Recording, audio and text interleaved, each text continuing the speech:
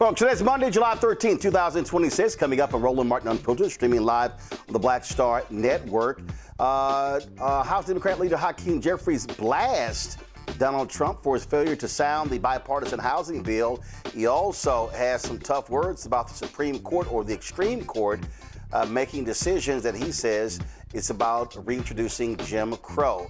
A federal judge rips Donald Trump and his lawyers regarding his settlement with the IRS. The judge is so cold that he's referring the lawyers to the state bar for action as well. Folks, also on today's show, Lindsay Graham, senator from Republican Senate from South Carolina, dies over the weekend. We'll talk about his legacy, which is really about embarrassing himself by kissing Donald Trump's ass, and his sister has been named his temporary replacement in the United States Senate. D.C. Council has sent letters to Governor Gretchen Whitmer of Michigan and Governor Albert Bryan Jr. of the U.S. Virgin Islands, urging them to withdraw their National Guard personnel from the city. We'll talk with a council member who believes it's time for them to go. The Justice Department recently swore in more than 100 new lawyers and personnel. Pretty much they're lily white. And we'll talk about environmental justice in this country as well. Folks, lots to talk about. It's time to bring the funk. On Roland Martin Unfiltered on the Black Star Network. Let's go. He's got it. Whatever the miss, he's on it. Whatever it is, he's got the scoop, the fact, the find. And when it breaks, he's right on time and it's rolling. Best believe he's knowing. Putting it down from sports to news to politics. With entertainment just for kicks, he's rolling. It's on go, roll, y'all. It's Roland Martin, yeah. Rolling with Roland now.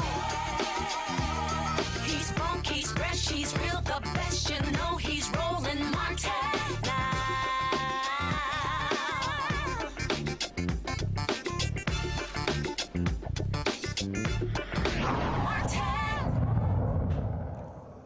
Folks, a federal judge has avoided the settlement previously reached by the liar-in-chief, Donald the Con Trump, and his two oldest sons, which would have given them millions that they planned to use in part as a slush fund for January 6 rioters. Judge Kathleen Williams ruled the lawsuit was an attempt to legitimize the government's effort under Trump to, quote, confer immunity to people and entities affiliated with the president, and, quote, and to earmark billions of dollars from American taxpayers to address unclear grievances. The settlement would have freed the Trumps from years of past tax liability and would have stopped any future audits. Also would have created a so-called anti-weaponization fund for people who claim to have been abused by the legal system. But not only that, in this ruling, the judge also said you can't have somebody representing both sides. That's pretty much what happened here. Also in this ruling, which is even more decisive, the judge blasted the attorneys involved and is going to refer them to the state bar in Florida as well as Washington, D.C. Now, this is a huge, huge ruling because what you had here was Donald Trump essentially saying that because his tax returns had been leaked, oh, by the way, they were leaked during his first administration, that he was entitled to compensation. So the Department of Justice agrees. The problem is they're working at his behest. That's why this judge said, nah. And so the judge also just said, how dare these lawyers could make the decisions that they were making. And so it really was quite a ruling by this judge, especially the referring to the state bar. Listen to this here.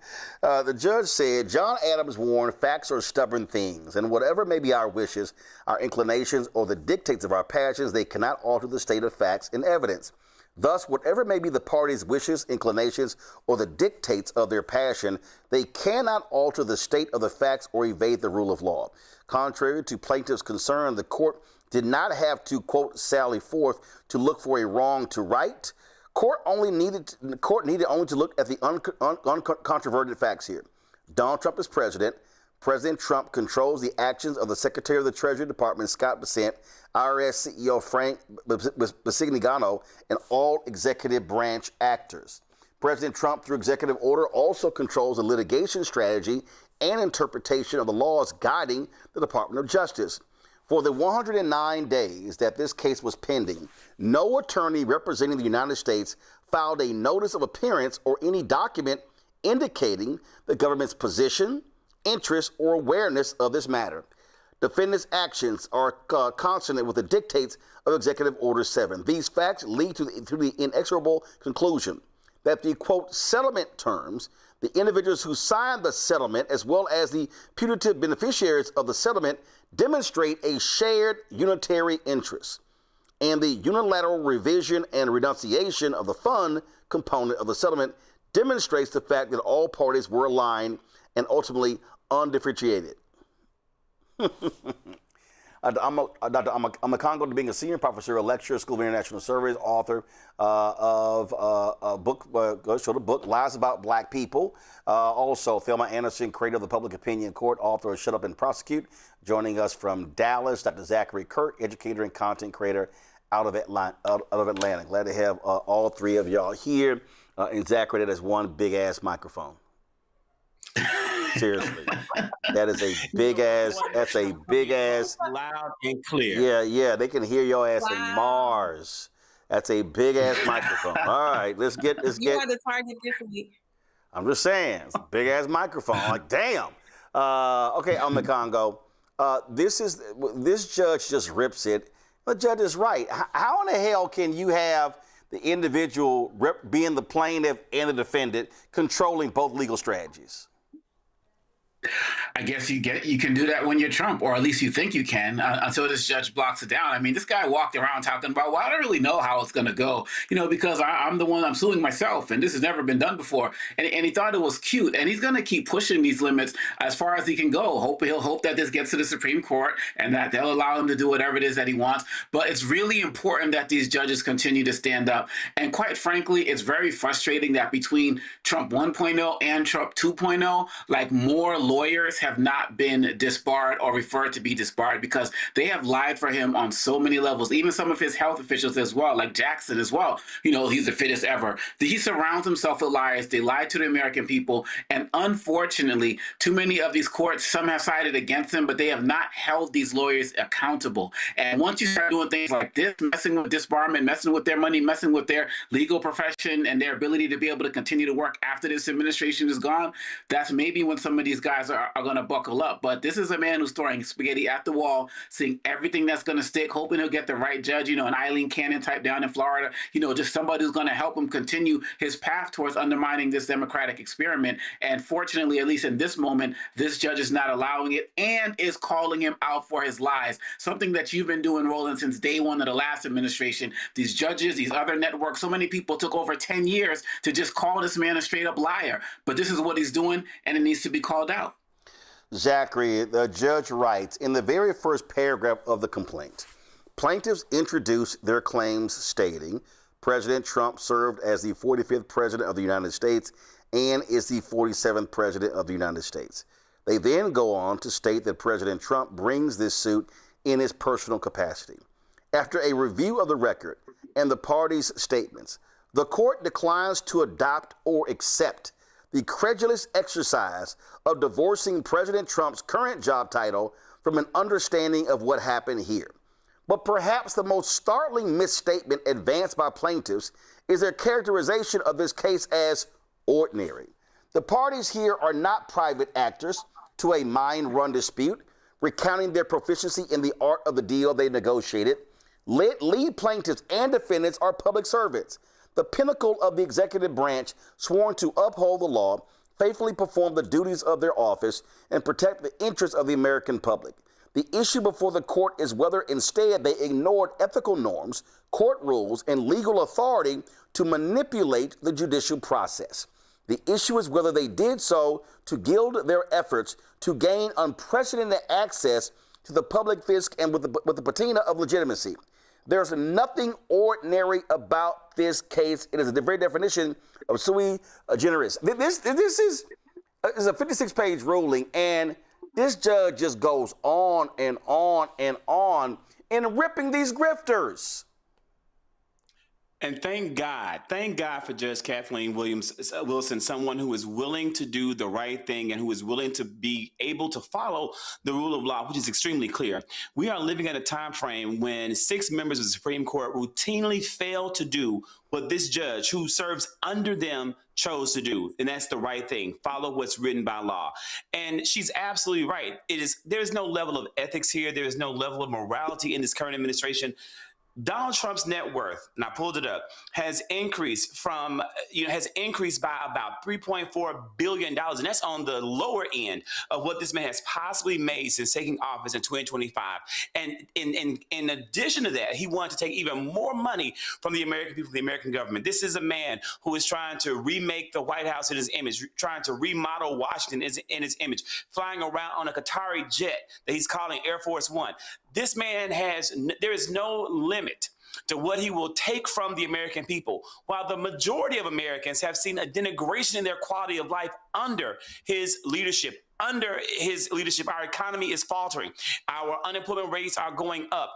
We're struggling under this man, yet he's constantly profiting. Thank God for this judge and her willingness to toe the line, follow the rule of law. And I can only hope and pray that more people will look to her as a model and do exactly what she did, the right thing. Absolutely, grifter in chief. And what was insane about this so-called IRS settlement, Thelma, is that it said, there will not be any future audits. So basically, hey, Donald Jr. and Eric Trump and Ivanka, here's a green light to just cheat, and we will never, ever investigate you again. Well, first of all, they're testing the waters. They've been testing the waters on the legal capacity since their first administration. Right now, what they're doing is they're no longer walking, they are sprinting, because they have been afforded that. That's the reason why when I said in 2024, going into 2025, there's going to be a reckoning in the legal profession. You're going to see who really is ethical and who really don't have a backbone and is only showing up for a check. These lawyers that have decided that everything that they've worked for, the oath that they've taken from both their state and on the federal level, that they said, we don't care about that as long as the commander-in-chief, who is only there per term, is going to give us permission to do something that we've always wanted to do, we're going to do it. But what people don't understand is we can hold these people accountable. Not only can we hold them accountable, we can file complaints with their bar, just like Pam Bundy had thousands of bar complaints waiting on her when she got fired. That's how you hold these grifters who are dependent on a unethical, just egregious, disgusting human being in a president while they're out here continuing to do this nonsense. But thank God that there are judges that are going to say, nope, y'all not going to come in my courtroom and play with the law. You do not come in here as a president and try to be on a personal side. What is wrong with you? Somebody has finally said, you don't get to play in our face. The people did not hire you for you to come in here and steal, kill, and destroy this system. And I'm going to put a stop to it. But hopefully, I don't have no faith in these DOJ prosecutors to do anything but do what they have been trained and what their commander-in-chief tells them to do. Well, folks, we'll see. Certainly, I'm sure they're going to be appealing this and what the appeals court says. But thank God these federal judges are absolutely stopping the thug and grifter in chief. Got to go to break. We come back. Lots to talk about, including Lindsey Graham dying over the weekend. And what is his legacy? Let's just say kissing Donald Trump's butt. I will explain. You're watching Roland Martin Unfiltered on the Black Star Network. All right, folks, let me tell you about Chapter. Now, if you're on Medicare or about to be, the system is not set up to work for you. Too much fine print, too many plans, and too many people making money off of your confusion. And look, we're used to this. We're no strangers to systems that don't have our best interests at heart. But we don't have to accept it when it comes to Medicare. That's why I'm telling you about Chapter. Their advisors are independent and honest. In fact, they're the only Medicare advisors that compare every plan nationwide. And they're focused on one thing: what works for you. If there's a better plan out there, they'll find it. If you're already in the right one, they'll tell you that too. There are no games. Just last year, people who switched with Chapter saved an average of $1,100. It's 20 minutes and a real person. It's completely free. My parents actually have already called. My mom sent me a text. Folks, give Chapter a call at 724-264-8281, 724-264-8281, and connect with someone you can trust. Folks, these are the kind of services that we need for our audience here at Roland Martin Unfiltered and the Black Star Network. So call Chapter right now, 724-264-8281. With medicine and science under attack, I want to keep you and your family informed and healthy. I'm Dr. Ebony Hilton, and I knew at the age of 8 that I wanted to be a doctor. So I studied hard and became the first African-American female anesthesiologist hired at the Medical University of South Carolina since its opening in 1824.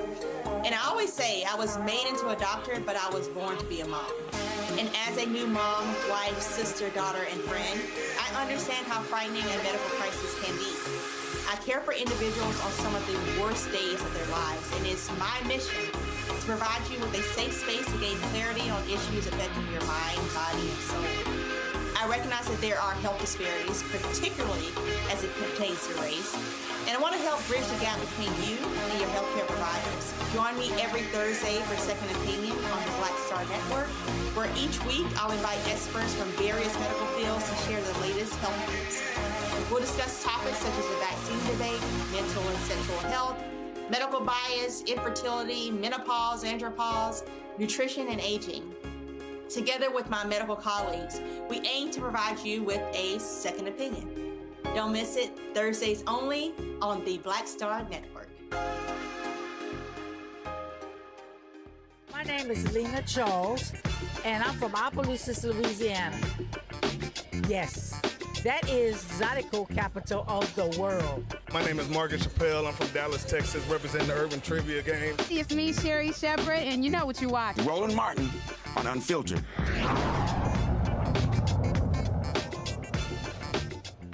All right, folks, welcome back to Roland Martin Unfiltered. Lots for us to break down here on the show, so we're going to keep doing that. One of the things that happened over the weekend was the shocking death of Lindsey Graham, Republican senator from South Carolina. He had returned from Ukraine, and he suffered an aortic dissection, and that's what led to his death at the age of 71. Now, there have been a variety of tributes from Republicans and Democrats regarding his passing. But when we talk about someone passing away, one of the things that I think about is what Max Robinson, the nation's first black network anchor, said in 1988. His body was frail, he was dying of AIDS. He was speaking at Howard University talking to students and alumni. He said something: never ever lose your integrity or your credibility, because in the end, that's all you've got. And so here we are talking about Lindsey Graham. And what do we remember? Him being an absolute flip-flopper and Trump ass kisser. Now, understand, he ran for president 2016. Yep, he was running against Trump and others. But 2015, he was on CNN. And this is what the so-called straight shooter said about Donald Trump. I want to talk to the Trump supporters for a minute. I don't know who you are, and I don't know why you like this guy. I think what you like about him, he appears to be strong when the rest of us are weak. He's a very successful businessman, and he's going to make everything great. He's going to take all the problems of the world and put them in a box and make your life better. That's what he's selling. Here's what you're buying. He's a race-baiting, xenophobic, religious bigot. He doesn't represent my party. He doesn't represent the values that the men and women who wear the uniform are fighting for. I've been in the Air Force for 33 years. I retired this June. He's the ISIL Man of the Year, by the way. He just got back from Iraq a week ago this Monday. I know. We interviewed you live from there. You were with Senator John McCain, and you were going to Iraq to get a status report. What were they saying there about all of this? The military leadership and the diplomatic corps. Now, we have young men and women in harm's way all over the world, particularly in the Mideast. They were concerned about this rhetoric because the enemy will use it against us. So what was a concern last week has to be DEFCON 4 this week. Because what Mr. Trump is doing, and I don't think he has a clue about anything, he's just trying to get his numbers up and get the biggest reaction he can. He's putting our soldiers and diplomats at risk. He's empowering the enemy. And this ban, if it's actually enacted, would take people who have been interpreters, who came to our side in Iraq and Afghanistan, who are under siege in their own countries, and basically becomes a death sentence for them. That's Lindsey Graham. And he was highly critical of Donald Trump. Not only that, after the January 6th domestic terrorist attempt of Trump's people, again headed to the U.S. Capitol, Lindsey Graham stood on the floor of the United States Senate, railed against Trump, and he said this. Trump and I, we've had a hell of a journey. I hate it being this way. Oh, my God, I hate it. From my point of view, he's been a consequential president. But today, first thing you'll see. All I can say is count me out. Enough is enough. I've tried to be helpful. But when the Wisconsin Supreme Court ruled 4-3 that they didn't violate the Constitution of Wisconsin, I agree with the 3, but I accept the 4. If Al Gore can accept 5-4, he's not president. I can accept Wisconsin 4-3. Pennsylvania, it went to the Second Circuit. So much for all the judges being in Trump's pocket. They said, no, you're wrong. I accept the Pennsylvania Second Circuit that Trump's lawsuit wasn't right. Georgia, they said the Secretary of State took the law in his own hands. He changed the election laws unlawfully. A federal judge said, no, I accept the federal judge even though I don't agree with it. Fraud. They said there's 66,000 people in Georgia under 18 voted. How many people believe that? I asked, give me 10. Hadn't had one. They said 8,000 felons in prison in Arizona voted. Give me 10. Hadn't gotten one. Does that say there's problems in every election? I don't buy this. Enough's enough. I went call Fox News the weekend and said 40 minutes after Lindsey Graham made that, he called to apologize. And when he said, I'm done, that was a lie. Lindsey Graham was a hypocrite. Lindsey Graham was a liar. Lindsey Graham was all about access to power. Here is Lindsey Graham talking in 2025 to a group of Jewish Republicans, the Republican Jewish Coalition. Listen. So I just want to say I feel good about the Republican Party. I feel good about where we're going as a nation. We're killing all the right people and we're cutting your taxes.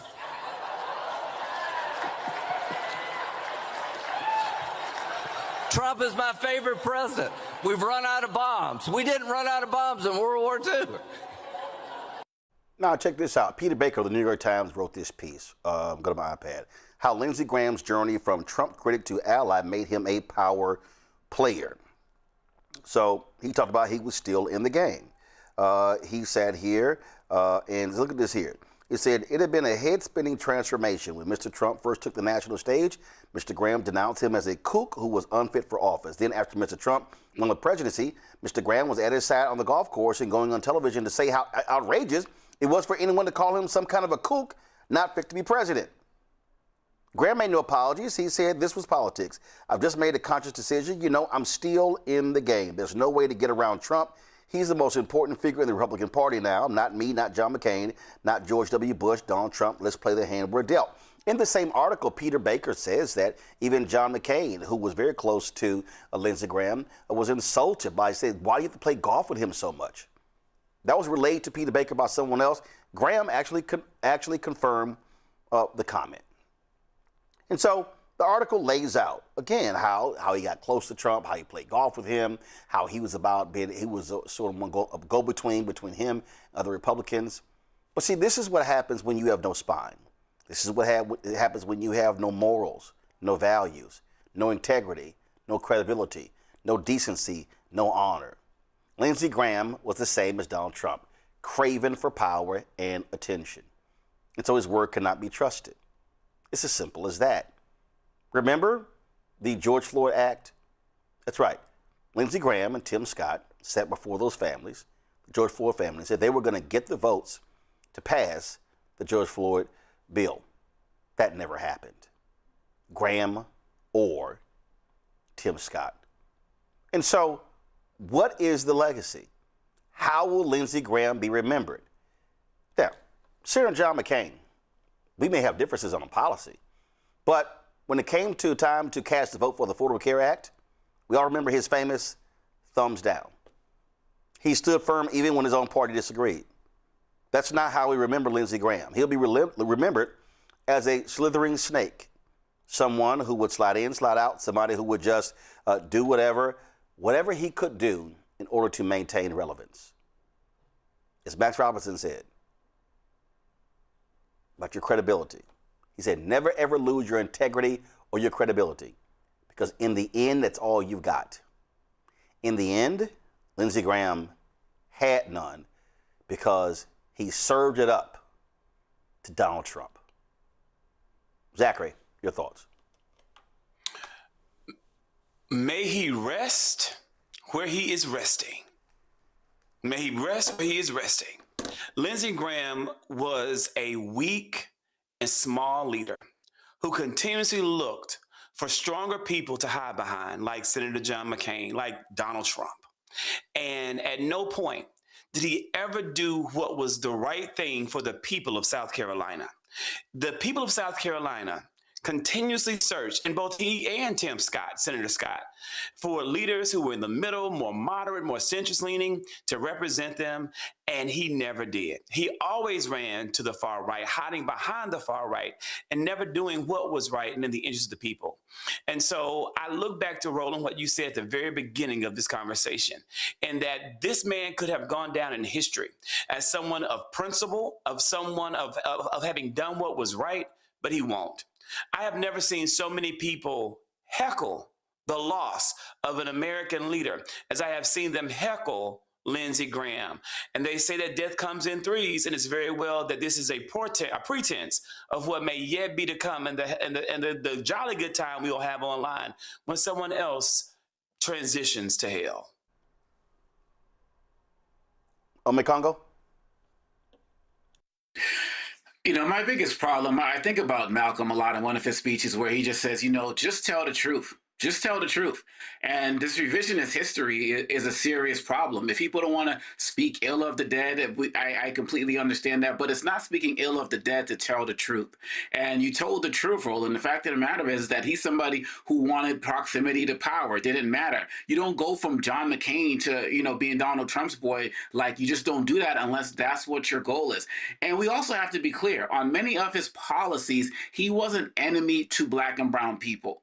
And when you look at the LGBTQ community as well, regardless of what rumors people had about, you know, his own lifestyle, doesn't matter. He was an enemy to that community as well. He's going in front of that organization that you mentioned there, and he's talking about, well, killing all of the right people, was a complete warmonger as it relates to how he viewed other parts of the world where he was a hawk on. And so it's not disparaging him in any way, shape, or form to talk about his record and to talk about what he did. And I feel like there are a lot of people out there who are mad at many of the Democrats who, not the ones who are just, you know, speaking not ill of him, but are going extra, you know, to call him a hero and all of these other types of things. And it's just kind of showing people that some of these Democrats are not really in it to tell the truth and to really fight the good fight. And they're getting a lot of criticism as well. As it relates to Lindsey Graham, many people in South Carolina said that they never felt like he represented them for real, for not like one day. He was somebody who wanted that proximity to power, and he got it. And I feel like the way that the stories are being told about him now, we just need to paint an accurate picture. Whether you loved him or hate him, this is what he did. No one's going to sit here and say that any of us cared about proximity to power. We changed our values up depending on who was in office, and we did everything possible to get close to that. Just tell the truth. That's all we're asking. This is what Peter Baker writes. With those outside Mr. Trump's team, Mr. Graham projected a wink and nod, I'm in on the joke demeanor. When my wife and I ran into him on the street in Washington one night during Mr. Trump's first term, coming out of a dinner at the CNBC in Palm restaurant, he stopped to boast about just getting off the phone with Mr. Trump, even as he laughed about the president's foibles. He's a lying MFer, Mr. Graham allowed with a shrug, but also, quote, a lot of fun to hang out with. Mr. Trump, he said, was so dominant within the party that he could do almost anything with impunity. He could kill 50 people on our side, and it wouldn't matter, Mr. Graham observed. So he didn't mind, Thelma, him being a lying MFer. And that's why his family shouldn't mind how individuals are speaking their truth in the reality that he caused for so many people in this country. There's a saying that, you know, if you don't have anything nice to say, don't say it at all. There is nothing nice to say about this spineless, racist, just inhumane individual. For you to side with an individual who has created such a rhetoric in this country, that only shows us that was your propensity. You just wanted somebody to come and remove that shell of a person that you have had to subscribe to in order to think that you are going into the base that is going to accept you. No, you wanted this identity all along. You just needed Trump to come in and release it so that you can be free in your hate, in your racism, in your spineless rhetoric. So when we are looking at how they have celebrated the deaths of individuals who are heroes, nobody is celebrating the death of someone that has created so much damage in this country that is going to take decades to undo. So seeing these Democrats go and kiss the ring don't make it no better, because now we're able to see your slip. We're able to see what you're doing behind closed doors when you are not holding space for the people that put you in that position. And that's exactly what Graham was. And the one thing that they would never be able to accept is how John McCain was celebrated when he passed away. How dare he gets support and love from both sides? Well, did you check his record? Did you check how he was as a real human being and as a hero? Y'all would never touch an inch of that man's credibility because y'all have none, and Lindsey Graham had none, and should not be celebrated for the damage and the pain that he's caused along the way. Absolutely. All right, folks, let's talk about Washington, D.C. Well, the D.C. Council, they've sent letters to two governors, one in Michigan, one in the U.S. Virgin Islands, asking them to withdraw their National Guard troops from the nation's capital. The Michigan governor is Gretchen Whitmer, and of course, in the Virgin Islands, you have their governor as well. So the letter is sent on July 9th to Gretchen Whitmer, thanking the Michigan National Guard for helping protect residents and visitors during the holiday events. But the council says the mission is over. Okay. Now, letter also was sent to Albert Bryan Jr. of the U.S. Virgin Islands. Joining us right now is the D.C. Councilmember at Large, Robert White Jr. Glad to have you here. So how many different National Guard members, in terms of how many states are they from in the city, to your knowledge? I've lost count at this point, Roland, but what we saw was 5 or 6 Democratic governors sent Guard troops here.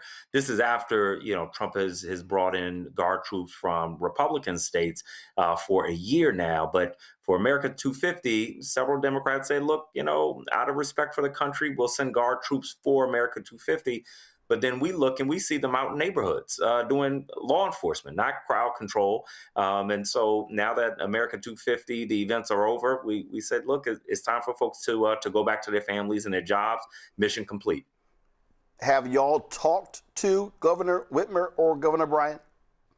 We're reaching out now, and look, I've been happy to see some of the remarks from Governor Whitmer in particular, saying, look, I'm concerned about mission creep and our Guard troops being used for something that was not intended.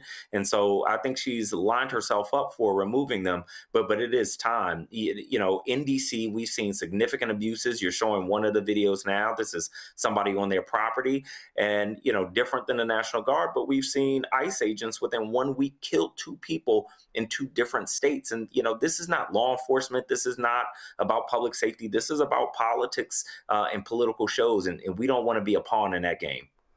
This is, I mean, obviously, Trump wants everyone doing his bidding. And to your point, these are two, frankly, two Democratic strongholds. And when it comes to Michigan, Democrats control the governor's mansion, the House, and the Senate as well.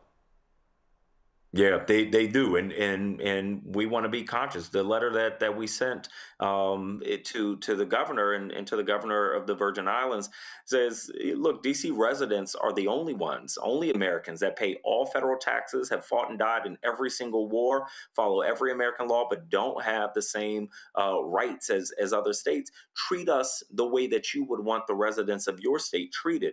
But also, happen to be after this.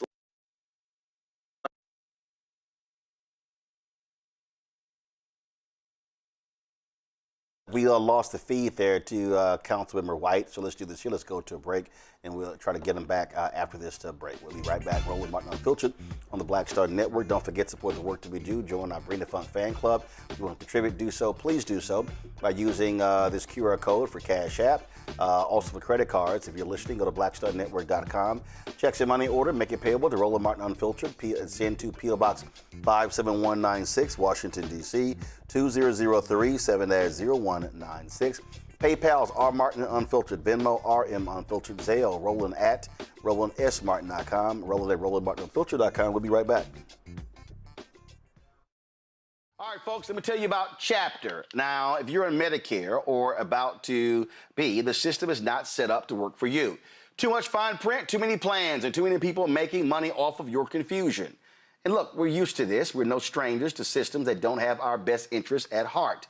But we don't have to accept it when it comes to Medicare. That's why I'm telling you about Chapter. Their advisors are independent and honest. In fact, they're the only Medicare advisors that compare every plan nationwide. And they're focused on one thing: what works for you. If there's a better plan out there, they'll find it.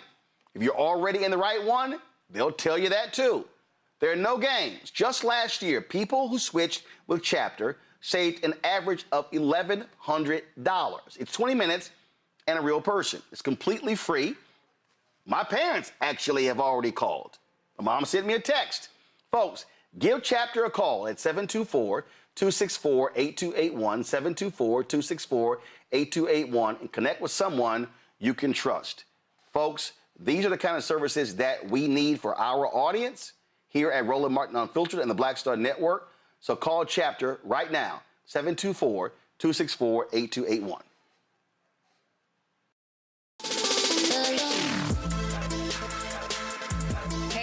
Welcome to The Other Side of Change, only on the Black Star Network and hosted by myself, Bria Baker, and my good sis, Jamira Burley.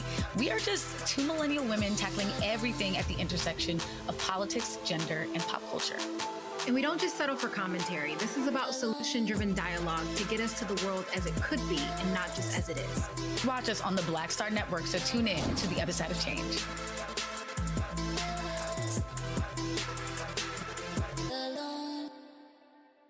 What's up, y'all? This is Wendell Haskins, a.k.a. Win Hogan at the Original T Golf Classic. And you know I watch Roland Martin Unfiltered. All right, we got Councilmember White back. Lost him there. Go ahead and finish the comment you're making, sir. All right, looks like we've lost him again. Not sure what's going on there. And so we'll sort through that to figure it out. Go to my panel here. Bottom line here, Thelma, these governors should absolutely recall their troops and should not be doing the bidding of Donald Trump. Absolutely, especially when they are footing the bill for what is being required. When you are telling troops to go somewhere and put their lives and risk their livelihoods and in their families' security on a president that is refusing to provide resources and help, but for the fact that he's the president, he can make these demands.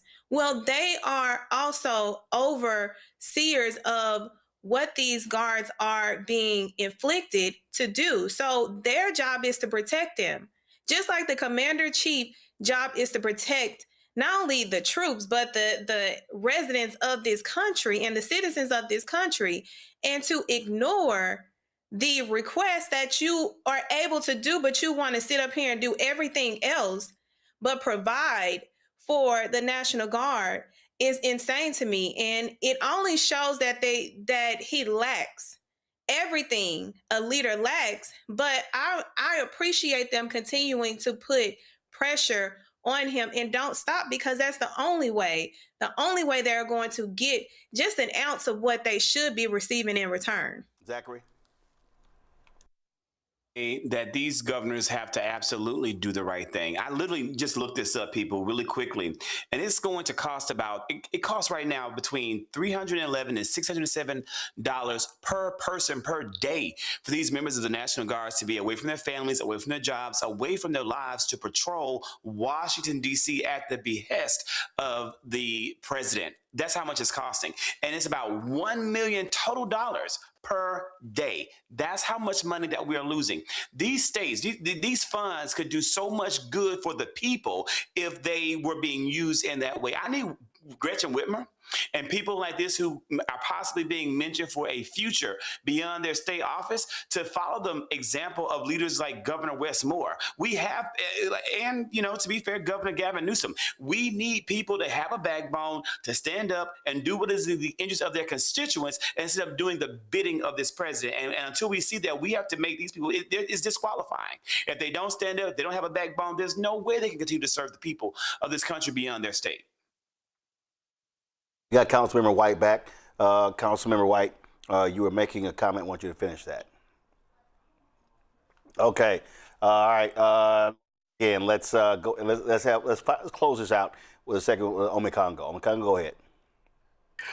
Look, I'm a homeowner in D.C., I teach in D.C., and I'm a business owner in D.C. And these National Guard members, they're blight on the city. Everywhere you go, they're just there. You saw the trucks outside, the tanks outside of the Union Station, basically looking like a museum demonstration right on the grass. People look at them almost as a tourist attraction for people who aren't from here. But for people who are here, it's very frustrating. It's very frustrating. And I noticed that I didn't see any of them out there when those white nationalists were out there like 400 deep, marching down the streets or hopping on these trains, during, Trump's 250 celebration of himself that he tried to tie into America's independence. It's really frustrating, and they do have to go. And I give kudos to White and others who are putting pressure on these governors to withdraw their troops, because they're doing absolutely nothing. And like you said earlier, they are losing time with their own families on the personal side. But for us who are walking around in the city, they are completely unnecessary.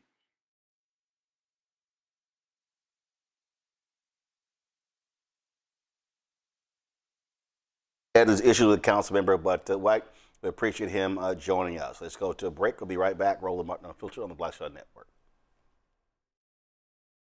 All right, folks, let me tell you about Chapter. Now, if you're on Medicare or about to be, the system is not set up to work for you.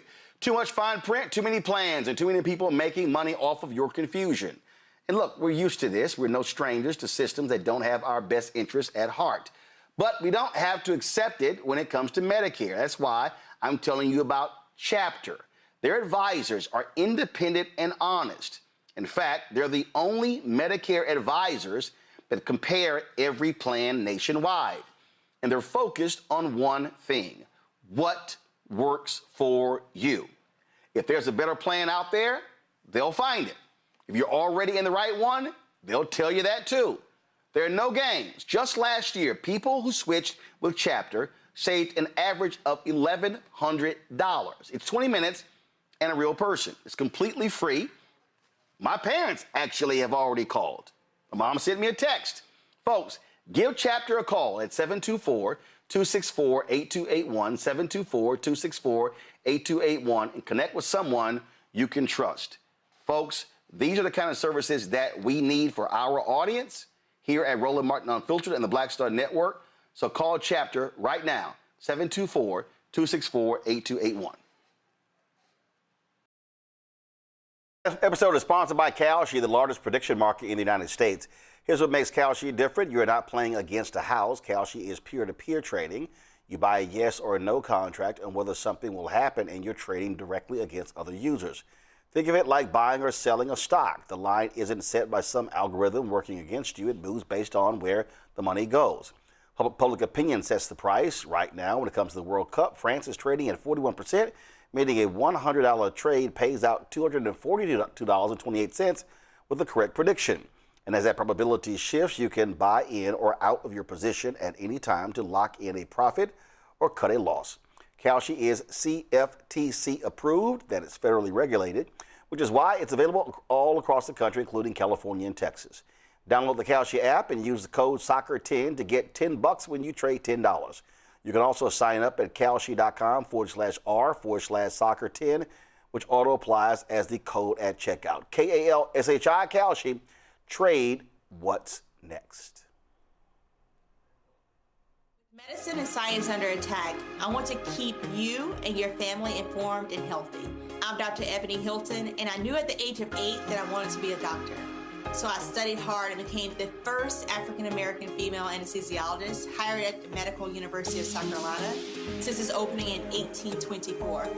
And I always say I was made into a doctor, but I was born to be a mom. And as a new mom, wife, sister, daughter, and friend, I understand how frightening a medical crisis can be.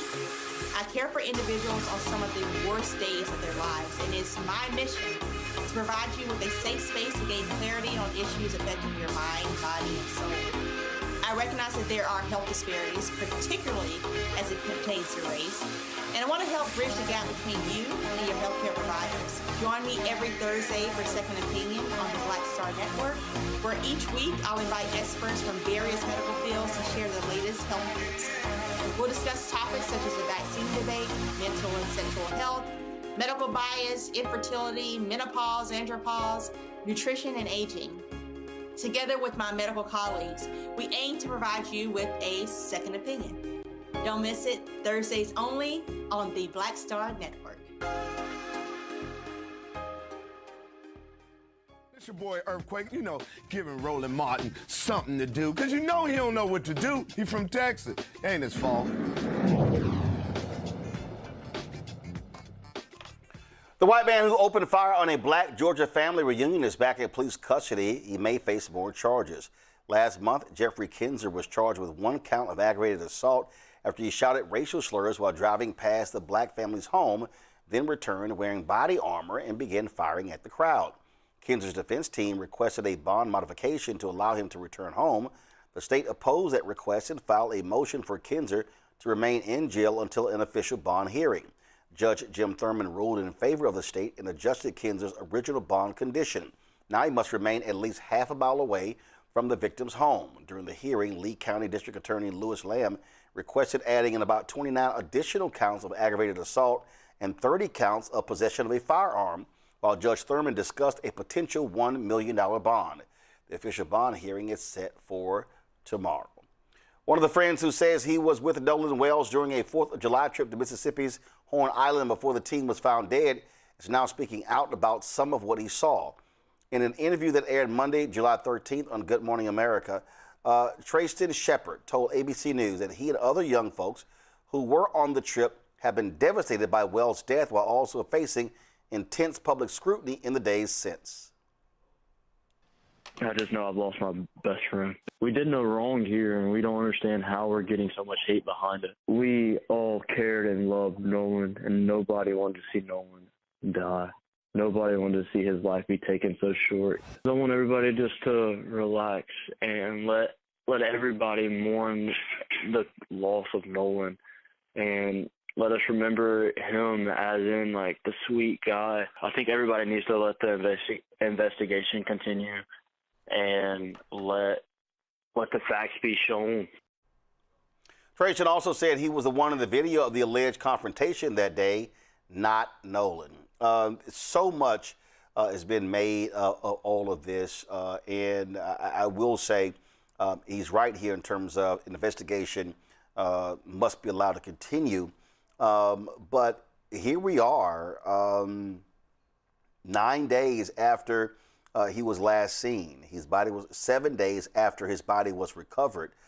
Then, of course, a photo was put out showing that he was possibly at a pool party later that night. I mean, so much conflicting information here, Thelma. Absolutely. And what irritates me about this, friend, is where were you last week when we were trying to figure out what was going on in that video? You were mute. So for you to come to say a week later that we need to relax, no, we don't need to relax, because we need to know what happened to Nolan.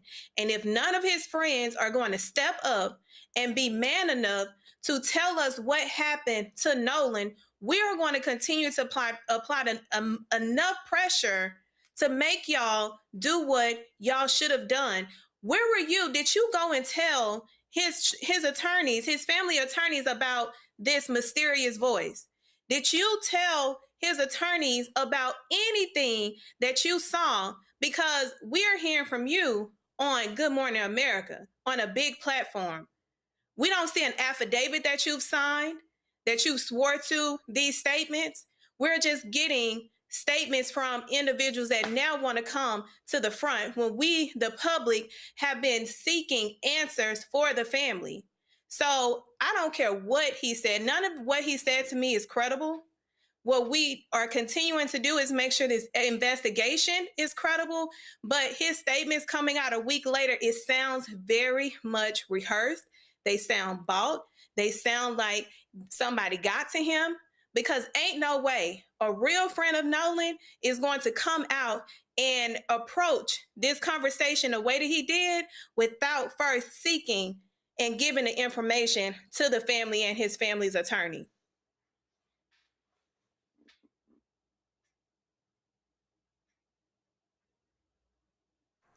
Zachary?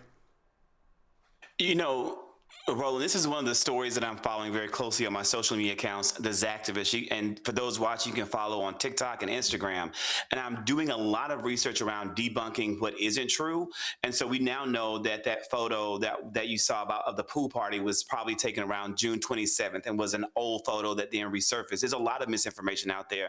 And it's so important, and I want to share to everybody out there, that we only share factual information and that we don't muddy and confuse the work of people who are trying to really get to the bottom of it. But at the same time, it's so important for us to not stop saying this young man's name, Nolan Xavier Wills, Nolan Xavier Wills, Nolan Xavier Wills, because by us keeping this at the forefront, we are pushing for justice.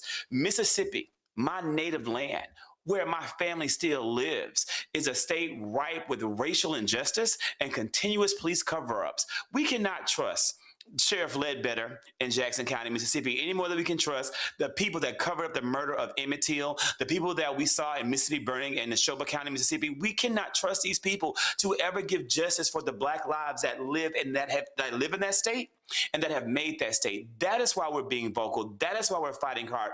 That is why we are committed to ensuring justice for Nolan Xavier Wills. And it is, to me, disappointing that this young man who looked brown, now he may not know he brown, but he certainly didn't look white to me. They got the darkest of the group to come out on public television and defend the actions of the friend group. And these young people may very well be innocent of any and all crimes, but we don't know that to be true until the facts of the case bear out. I personally am taking the lead from Attorney Ben Crump and the family. I'm looking at what they put out. I'm looking at how they're feeding us information, because this man is a master of getting justice for people in this country that have been wronged civilly by systems of government. So, and I urge all of us to do the same thing, but I do ask that everyone out there continue to push, continue to share credible information, and continue to see this through to true justice garner for this family. Congo.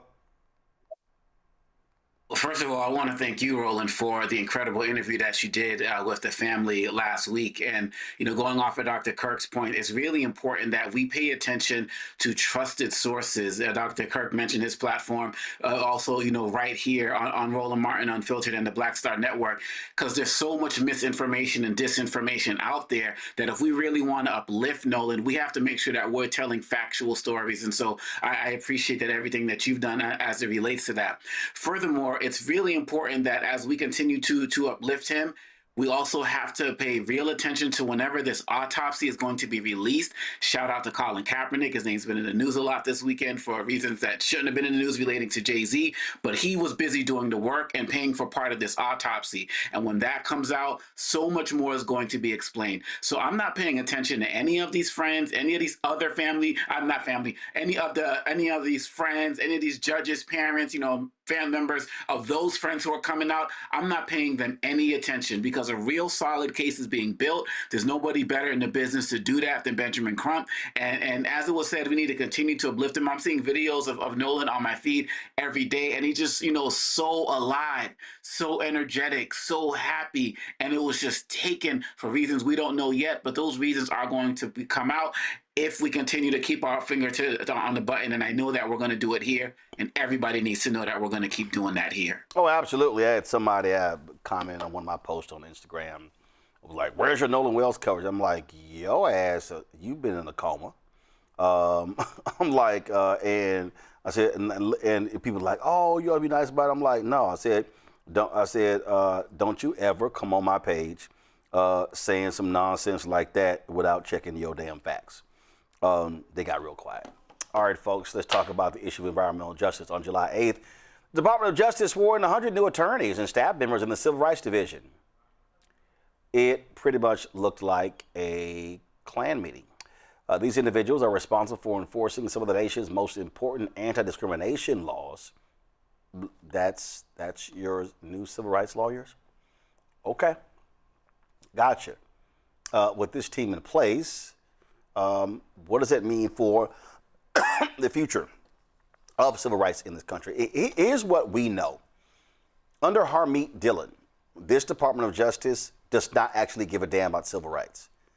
What they care about are white people. What they care about are white rights.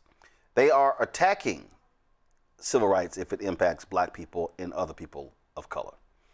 In fact, they have sued states when it comes to voting, when it comes to the EEOC, you name it. And so this, and also, do y'all understand that the Department of Justice was literally created to protect black people from racists in the South? Yep. So we look at the history of the Department of Justice and the Civil Rights Division and the work it did, obviously with Bobby Kennedy in the 1960s, Christian Clark later under President Joe Biden. We're talking about an department that really impacts everything in this country when it comes to our civil rights. But what Donald Trump cares about are white people. What Donald Trump cares about are defending them. In fact, this is so interesting. I was, give me a second. I was reading Howard Bryant's book, Kings and Pawns.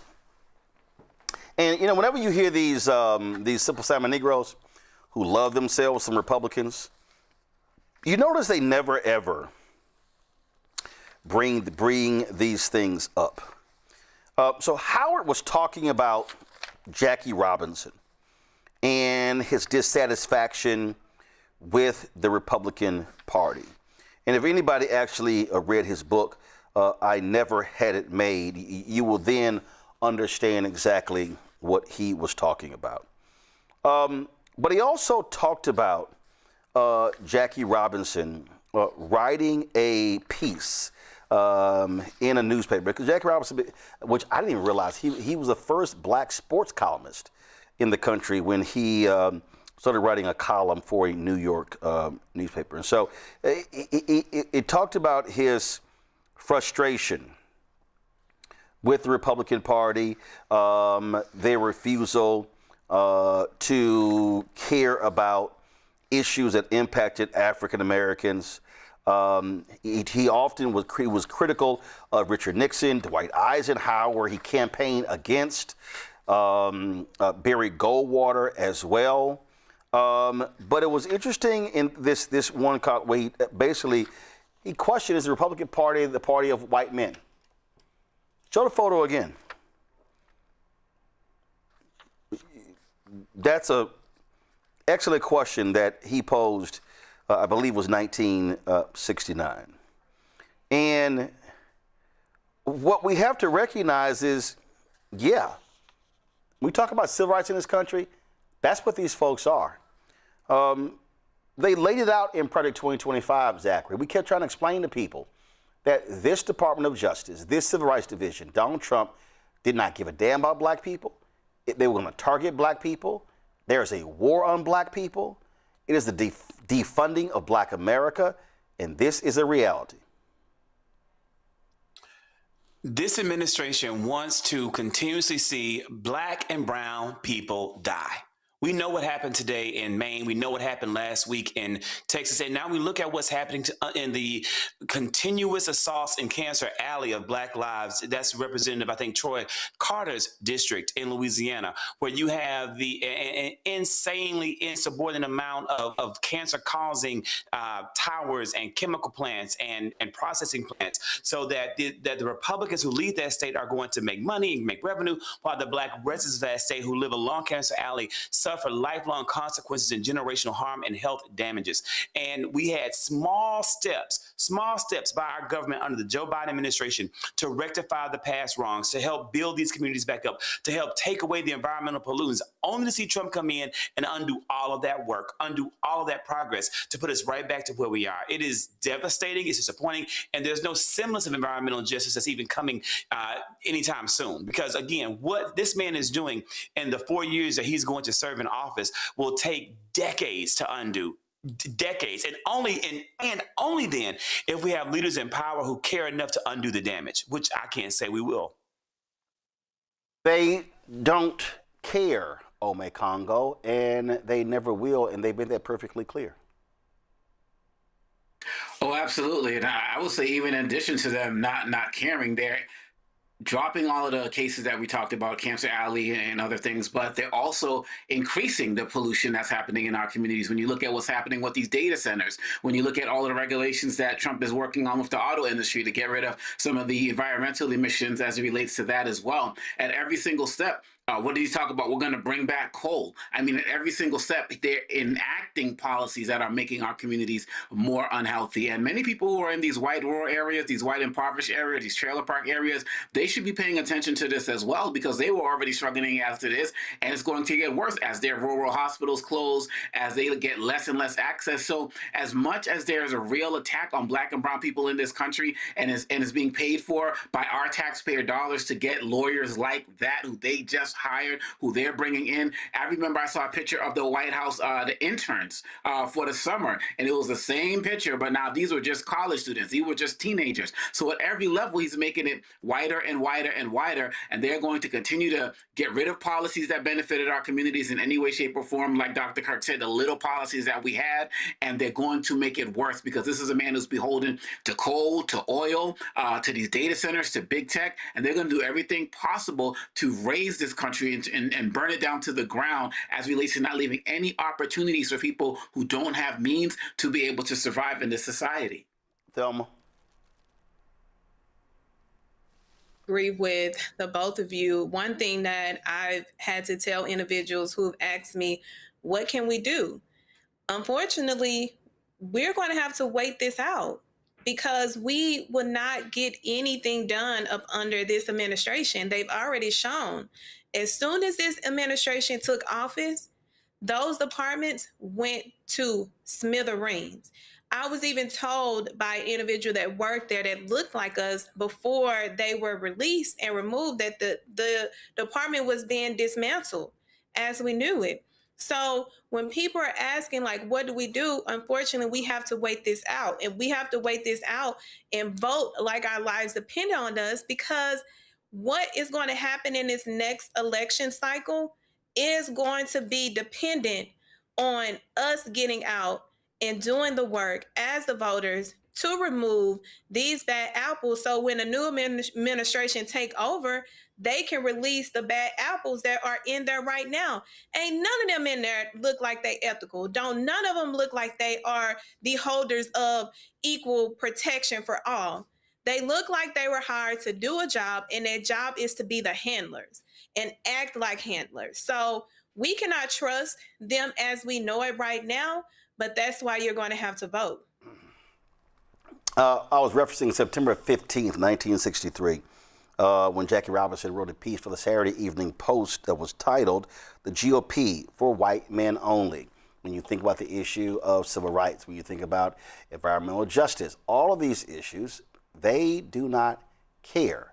As Omekongo and Zachary stated, we covered this and we talked to the folks there.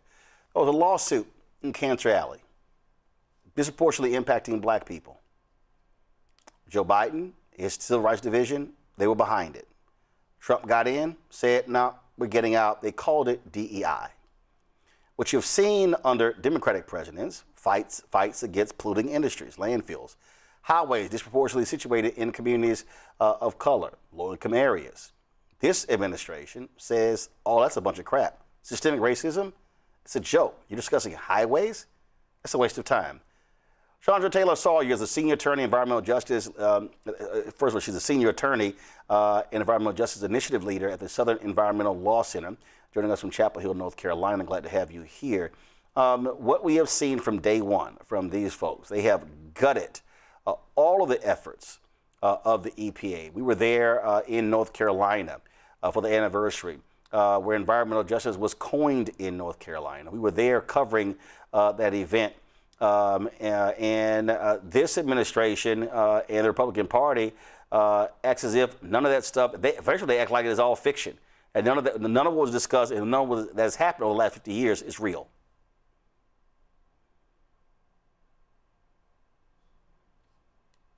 Roland, should I jump in? Yeah, go ahead. Oh, well, I mean, absolutely. That's what we have come to see with this administration. So as you said, I'm a senior attorney at Southern Environmental Law Center. I lead our environmental justice initiative, and our work is really focused on making sure that Black communities, poor communities, vulnerable communities are not continuing to bear the disproportionate burden of environmental harm and are in a place that we're able to be more resilient when there are more climate crisis driven weather events. So what we're seeing right now with this administration includes federal funding rollbacks. As you alluded to, the conflation of diversity, equity, and inclusion with environmental justice. This has resulted in the elimination of the Office of Environmental Justice, the elimination of the Environmental Protection Agency External Office of Civil Rights, cuts to hundreds of federal jobs that, these were people who were committed to making sure that these environmental threats were not disproportionately borne by people who have been underserved and overburdened for far too long. We saw the elimination of the Justice 40 initiative that was going to make sure that certain federal benefits, that 40% of them went to communities that were the most vulnerable and the most underserved. There's specific projects that I could get into that we are not going to be able to see come into fruition. These were projects that Congress mandated should actually receive federal funding. These organizations were vetted through months-long processes. I mean, in some cases, years-long processes. And this administration, in one fell swoop, without due consideration, cut federal funding that would actually have gone to improving the environment, improving the public health of communities that have not been served for far too long.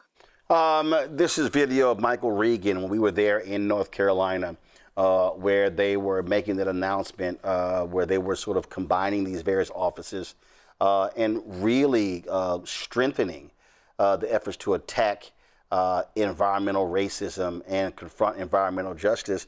And as you said, there's just been a flat-out gutting of all of those efforts. They've been wiped off of the map by Donald Trump and these maggots. I mean, absolutely.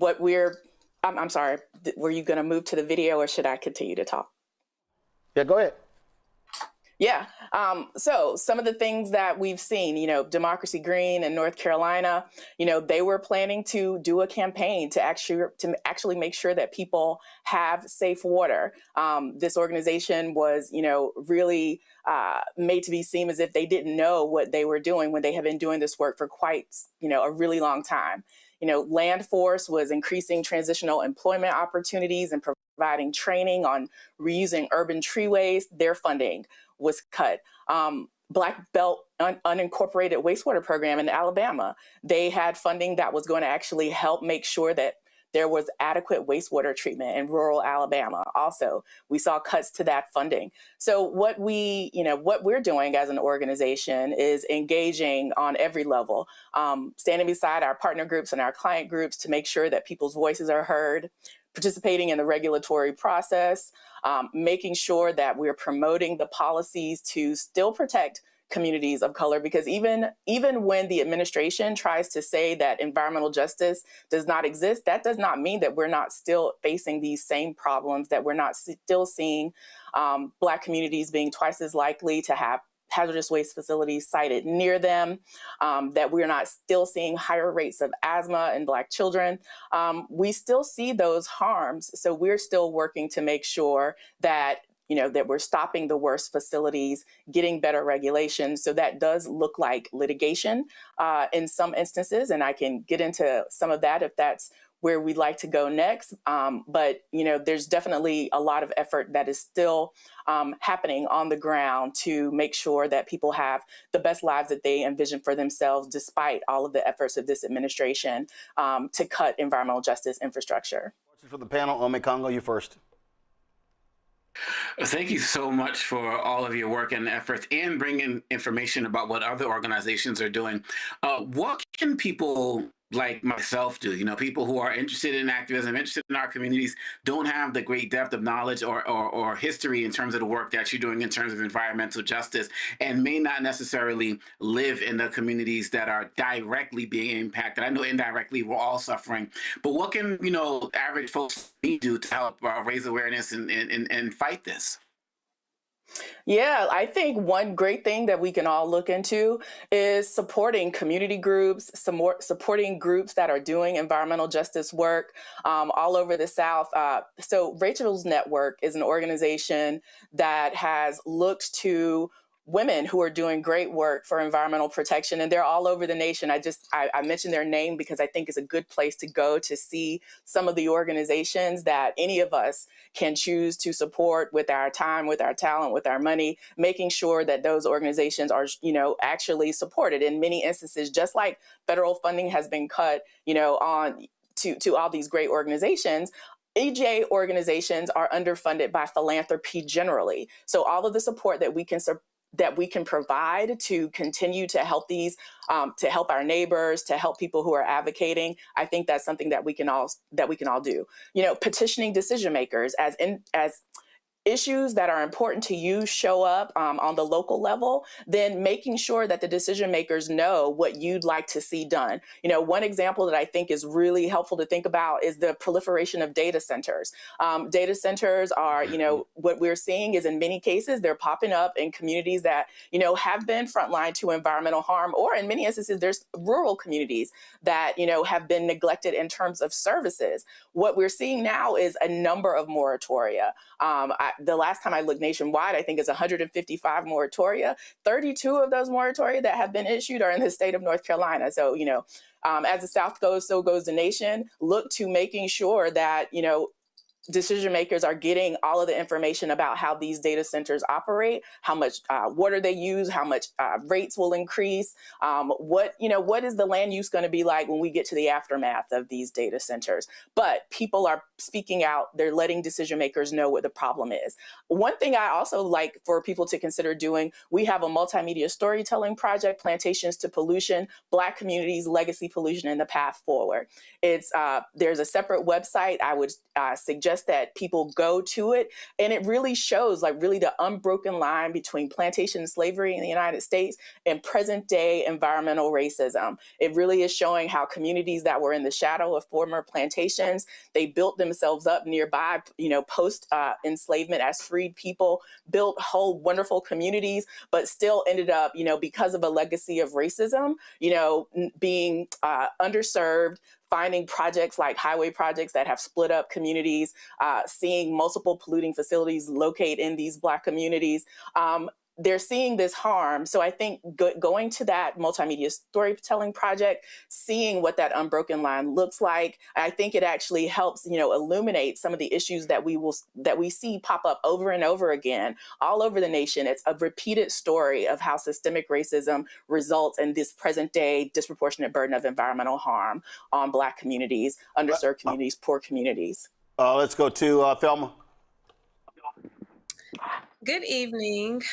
Thank you for all that you do in what people would consider not the sexy area of the law, but is the most important area because we're talking about environmental protections. One question that I have, because I don't want to escape the roles and responsibility of our local elected officials, because they are on the grounds. They get to see, they get to hear, they know what's coming into our counties, our cities, and sometimes they say nothing.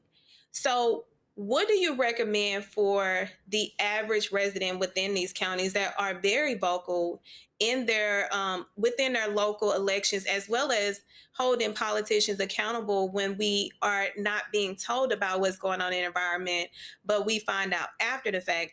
Are there resources or standards that we can utilize in order to make sure that they are being transparent? Because we often find out things after the fact, so we don't know what's going on.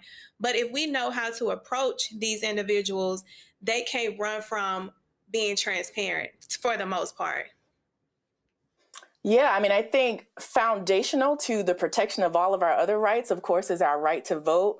What we all have seen recently with the decision in Louisiana versus Calais, with the gutting of the Voting Rights Act, it is making it much more difficult for Black communities to actually make sure we're able to elect the representatives who are not going to hide the ball, who are not going to keep that information from us.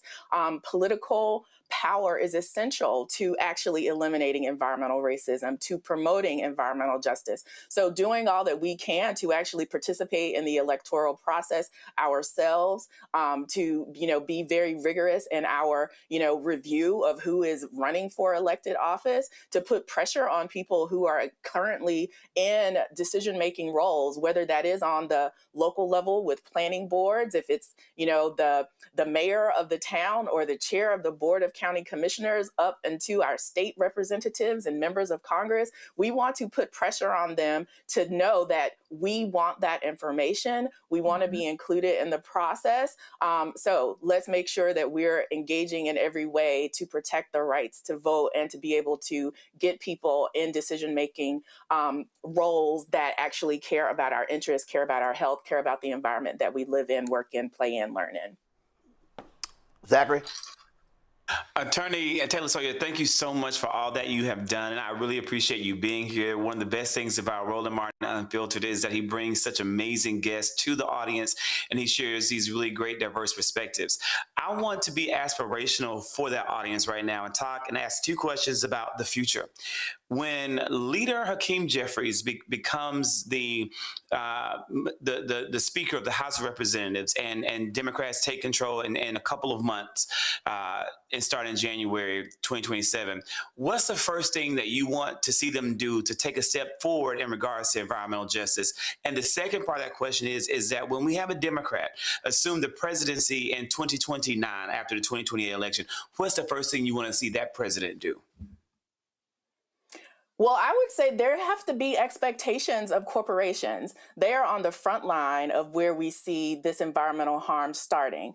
And we don't have to wait. Like, it doesn't always have to be that the corporations wait for the law to actually tell them how much they can pollute. We can make sure that there are incentives in place to actually do right by communities, to do right by the people who are going to be, in proximity to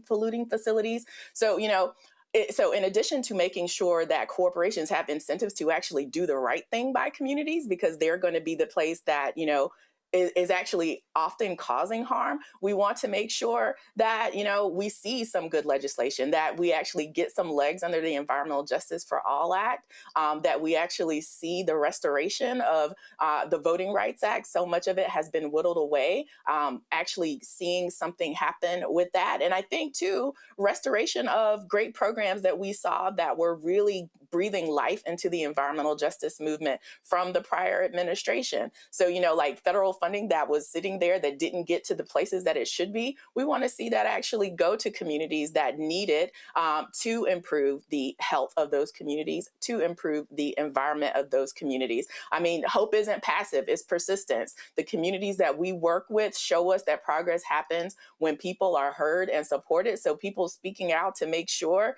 that the next Congress, that the next executive knows that we want this, is extraordinarily important. So every time communities stand up to a polluter, they're rewriting what's possible. And I think really that's what can keep us going while we are, waiting to see, while we're waiting to get to that next place where the leadership changes and we can expect better things for all of us. And Chandra, we certainly appreciate it. Thanks a lot. Thank you. Appreciate it. Good night.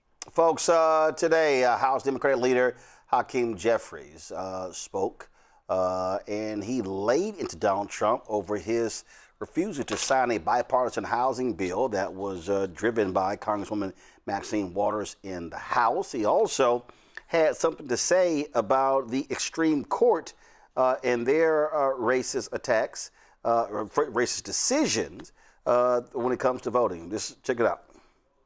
Good afternoon, everyone.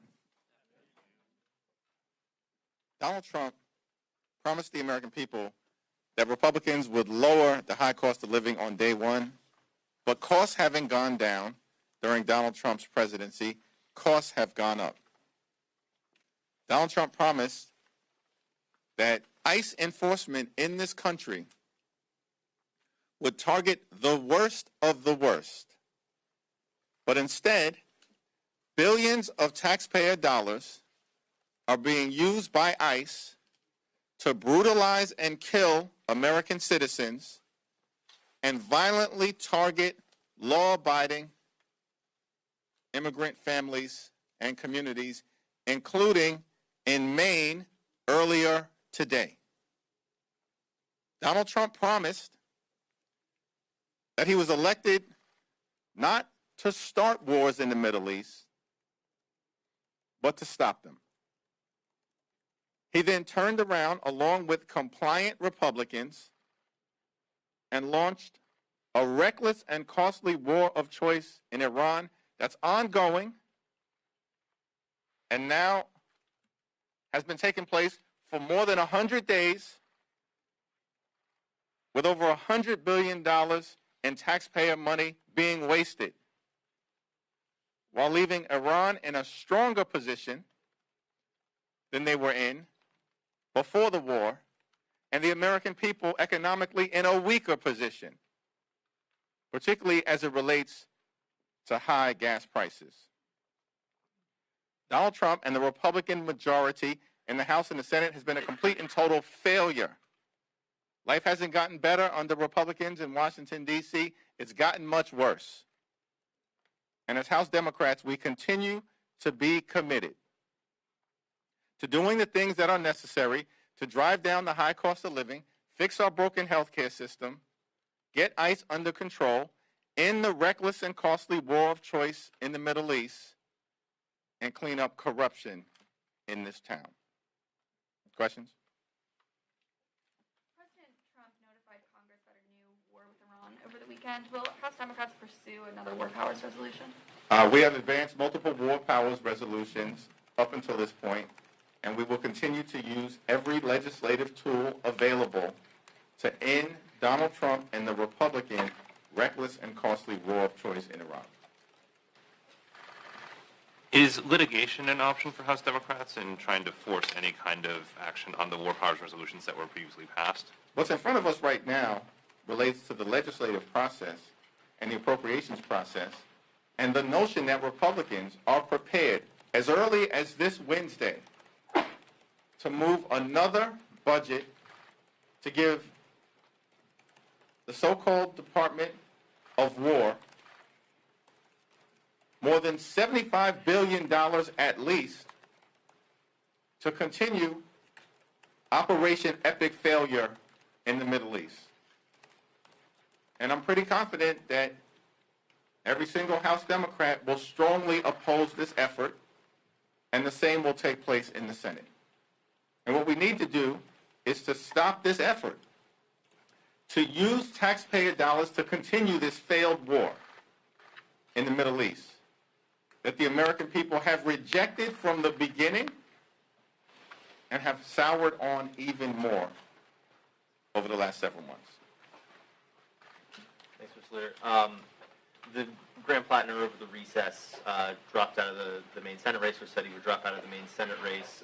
Your reaction to that, and are there any lessons that can be learned going forward as far as vetting candidates, no matter what seat they're running for? I issued a statement relative to him dropping out, urging him to end his campaign immediately. That's been done, and now it's in the hands of the people of Maine to decide who will be the best Democratic nominee to flip that seat and defeat Susan Collins.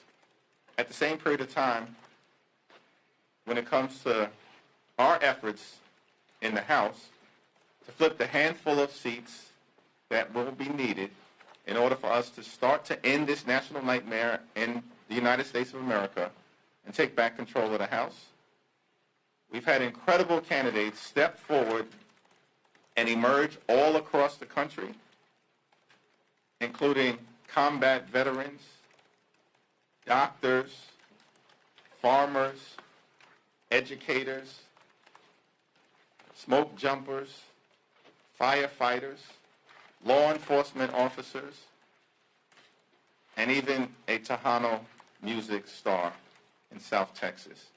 We have incredible candidates all across the country, and it's one of the many reasons why I'm confident that on that first Tuesday in November, we're going to take back control of the House of Representatives.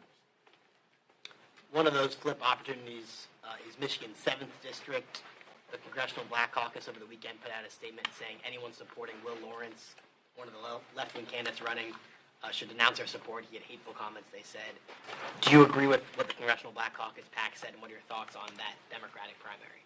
I haven't had a conversation with the chair of the Congressional Black Caucus or the chair of the PAC, but those comments were brought to my attention, and they are deeply disturbing. Thank you. Have you had the chance to meet with Brad Linder or any other New York progressive winners since their primaries?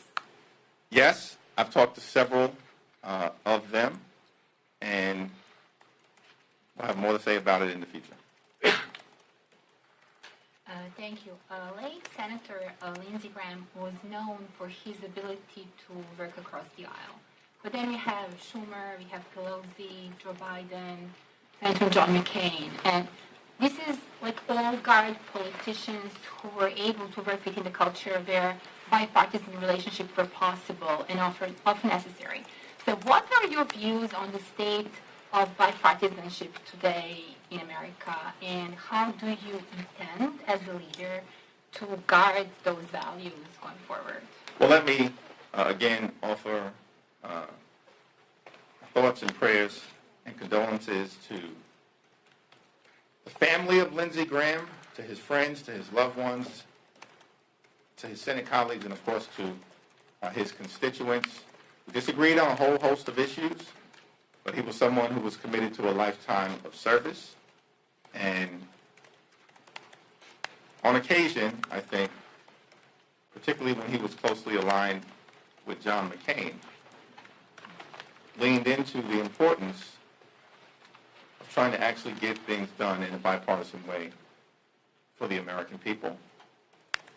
In my view, House Democrats have made clear from the very beginning of this Congress that we will work with anyone, anytime, in any place in order to solve problems on behalf of the American people. The big problem that we've confronted is that Donald Trump hasn't been interested in making life better for everyday Americans.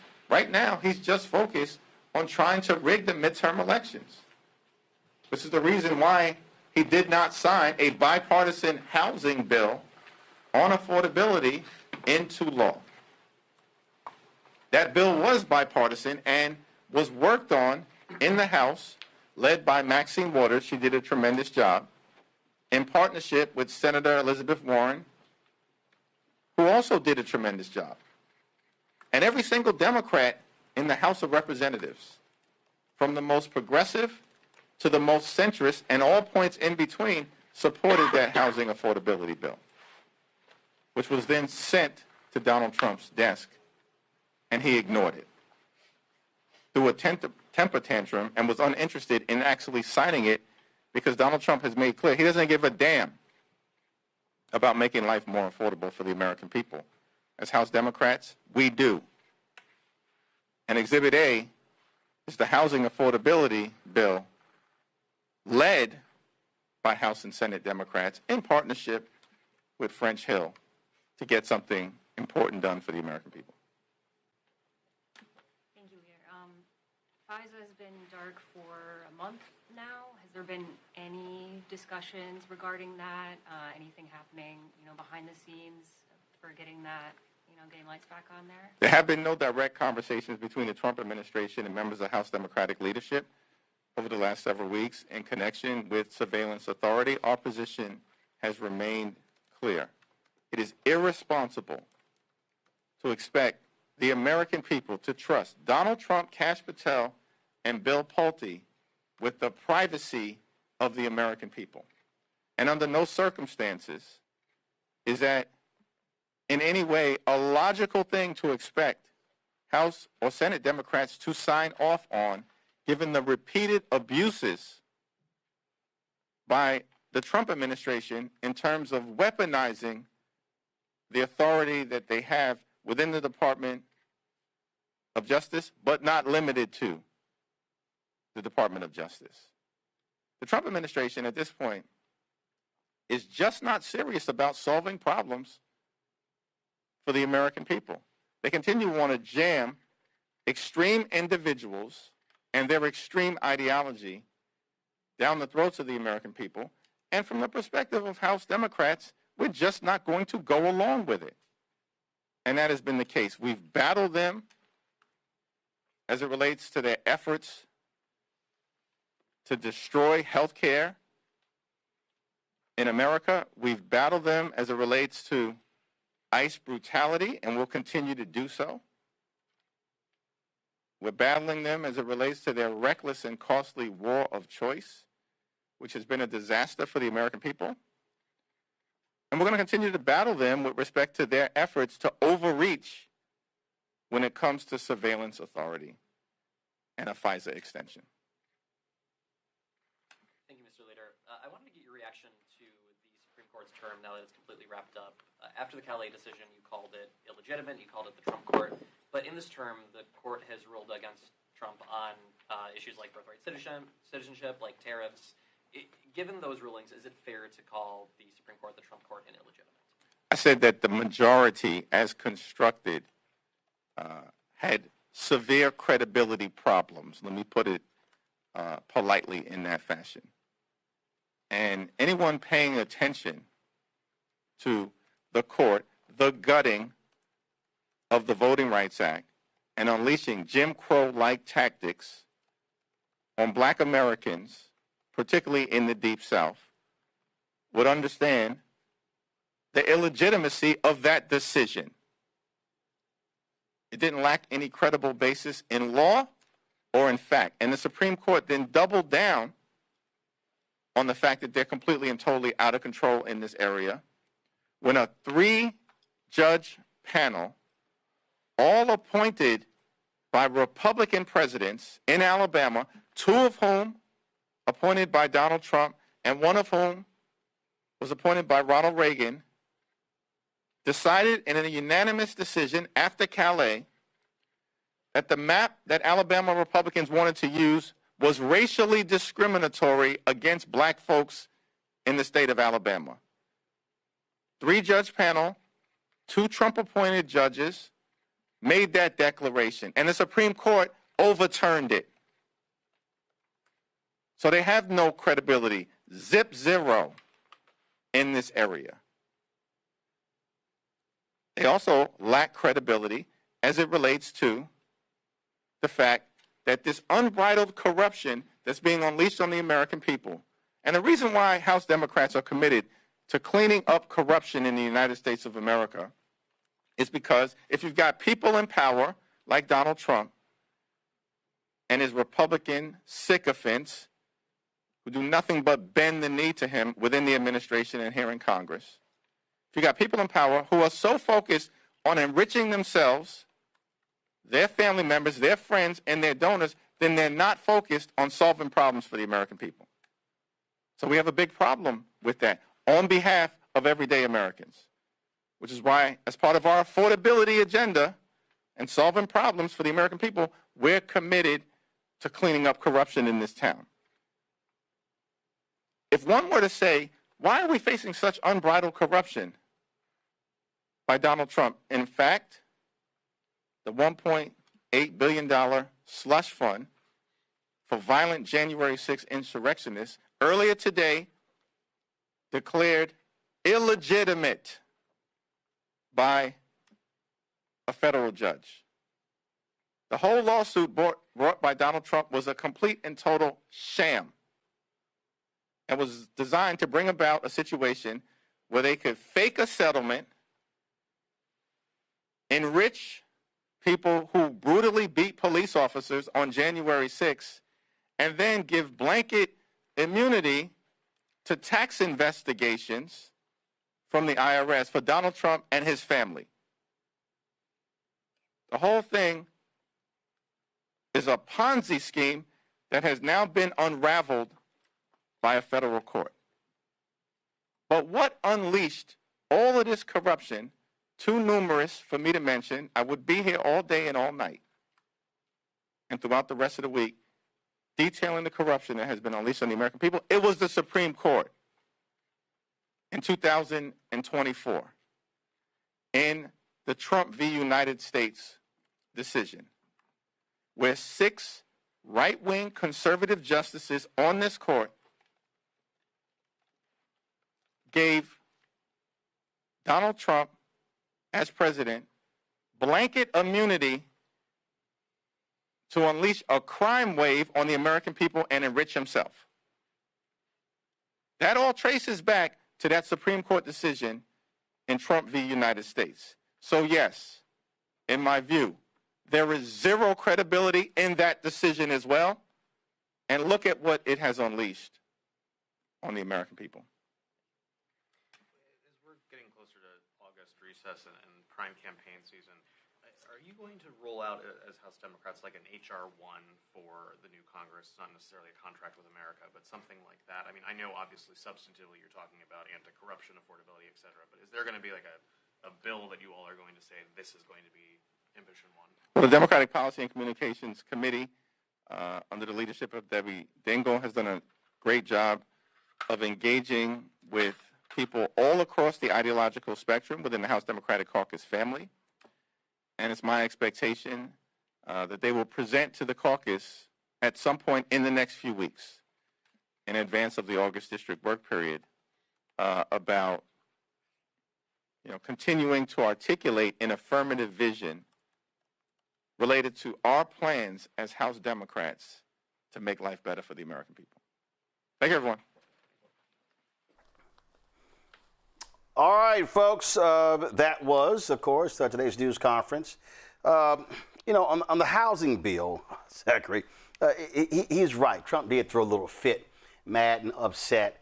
And it's a no-brainer, but it also goes to show you he doesn't give a damn about the American people and what's happening. It's all about how can he rape and pillage this country and how can he make his millionaire, billionaire friends happy. Almost $5 billion increase in this man's net worth, and he does not give a damn that millions of Americans cannot afford to purchase a home, cannot afford to begin the process of building generational wealth. Gen Z, some millennials are are shut out permanently from home ownership in this country. And one of the very few things that our leaders in Congress could do is come together in this bipartisan bill and pass it, trying to rectify and provide lower cost, not low cost, but lower cost housing to the American people. And this man refused to even sign it. So yeah, he threw a little hissy fit. He threw a tantrum. It was typical of what he does. And I'm afraid that we're going to see even more of that bullshit as we approach the end of the week. I do want to say I appreciate you showing Leader Jeffries' remarks and really highlighting the work that he is doing and how he's presenting himself and the legal efforts that Democrats have to fight back and to dissent while they are not within any seats of congressional power at the moment. I'm a big fan of Leader Jeffries and the fact that this is the highest ranking Democrat in this country and he is a black man. So I'm just so thankful that we're able to get him in front of the American people more. Ome Congo? You know, listening to his press conference, it was a reminder that people who are Democrats, liberal, so-called progressives and the like, they need to really focus on what's important. Because I've heard so much talk in the last few days, last few weeks about people are going to stay home if this particular campaign issue isn't addressed, if this particular other campaign issue isn't addressed. And in the very beginning of this press conference, Representative Jeffries laid out the whole gauntlet of things that Democrats are fighting for. And whether you're somebody who's considered a liberal or a DSA or whatever, most of those things that he talked about, if not all of them, all of us want. And so it's extremely important that people really focus on what's important, which is getting control of the House, possibly the Senate, and putting pressure on this administration and fighting them back. And I believe that people have this fake nonsense of, oh, y'all just want to vote blue no matter who. It's not about any of that. It's about making sure that we have a fighting chance to get the services that are to us as American citizens or people who just reside in this country, period, bottom line. Look at what he talked about as it relates to ICE, the shooting in Maine, shooting in Houston. The list goes on and on and on. So I feel like his press conference should really be a reality check for all of us to see what's really at stake here as we go into the midterms, because this is not one that people can afford to sit out. But Roland, I feel like there's an emerging podcast class of so-called liberals and progressives who are thwarting some of these really important efforts, and it's really problematic and dangerous. I think what Jeffries laid out is something that every ranking Democrat needs to be doing on a larger scale. We don't just need to hear from one of you. We need to hear from all of you. And we need all of you that are laying out the plan. And it's being lost because they're not doing that. So when Jeffries come and have to lay out the whole table, somebody is going to miss the message. And it's because it's not consistent. We need consistent messages from our leaders so that everyone can be on board. And if we're not going to continue to do that, we're going to continue to be behind the ball. And I also want our leaders to stop making these compromises to the Republicans. You don't gotta sweet nothings them. You don't have to say these nice things all the doggone time, especially when they're out here doing the unthinkable. We have people dying at the hands of the Republican Party. Why are you up here doing sweet nothings and sending condolences to a man that is a pig and was evil? So I want them to get away from that, because the Republicans don't do that, and focus on what we need to be focusing on and continue to be consistent in pushing the message that we need to be hearing and paying attention to so that we can go out and execute.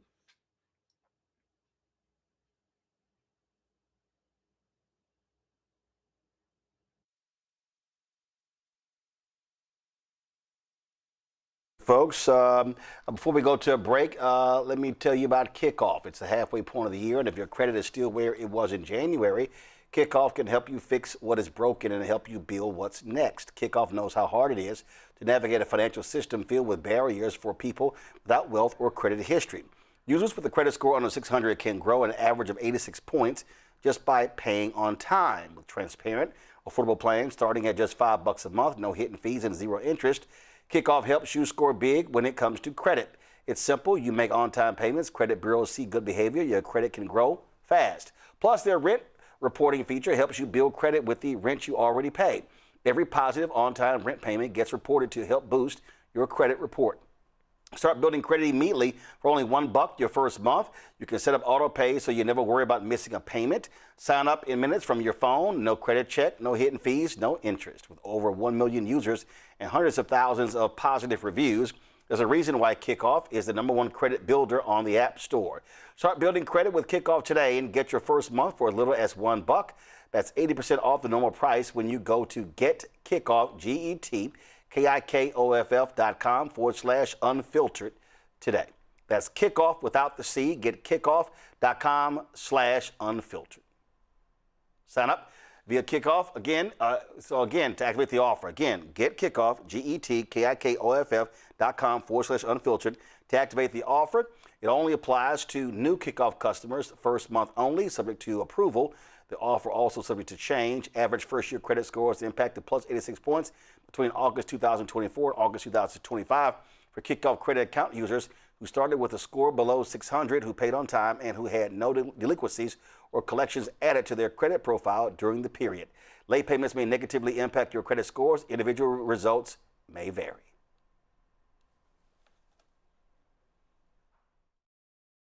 All right, folks, let me tell you about Chapter. Now, if you're on Medicare or about to be, the system is not set up to work for you. Too much fine print, too many plans, and too many people making money off of your confusion. And look, we're used to this. We're no strangers to systems that don't have our best interests at heart. But we don't have to accept it when it comes to Medicare. That's why I'm telling you about Chapter.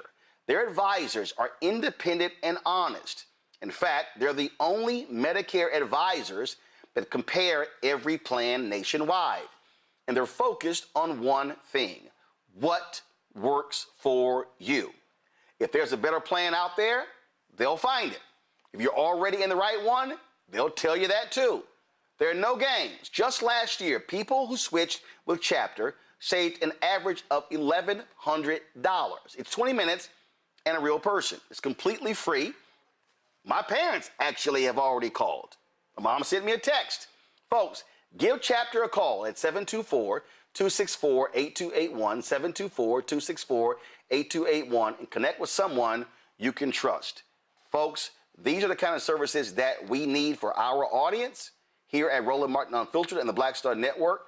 So call Chapter right now, 724-264-8281. Hello, I'm Bishop T.D. Jakes, and you're watching Roland Martin Unfiltered.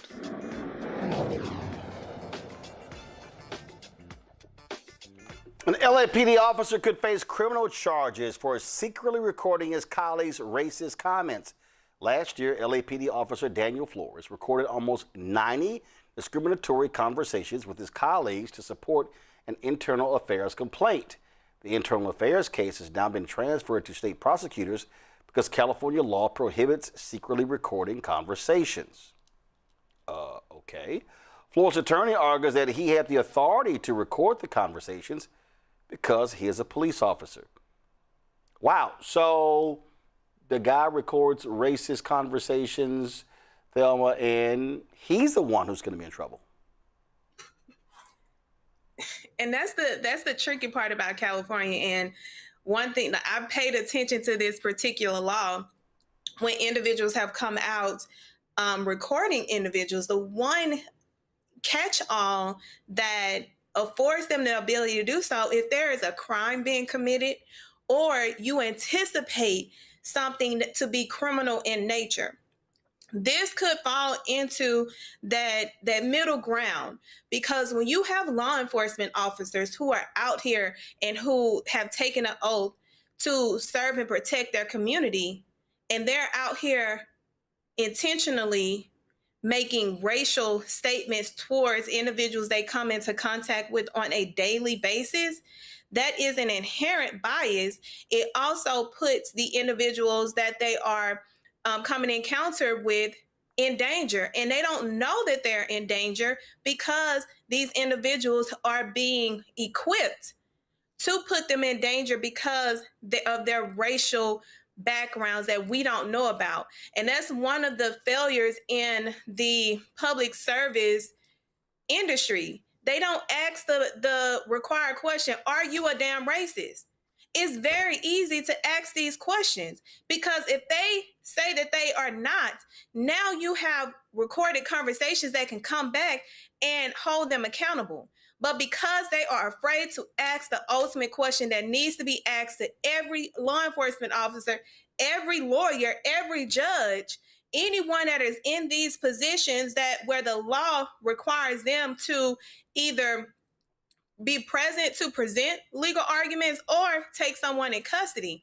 It's insane. I don't know why they are playing with their own statute that gives leeway as to what is the recipe to get around that particular law when it's necessary, and this is necessary.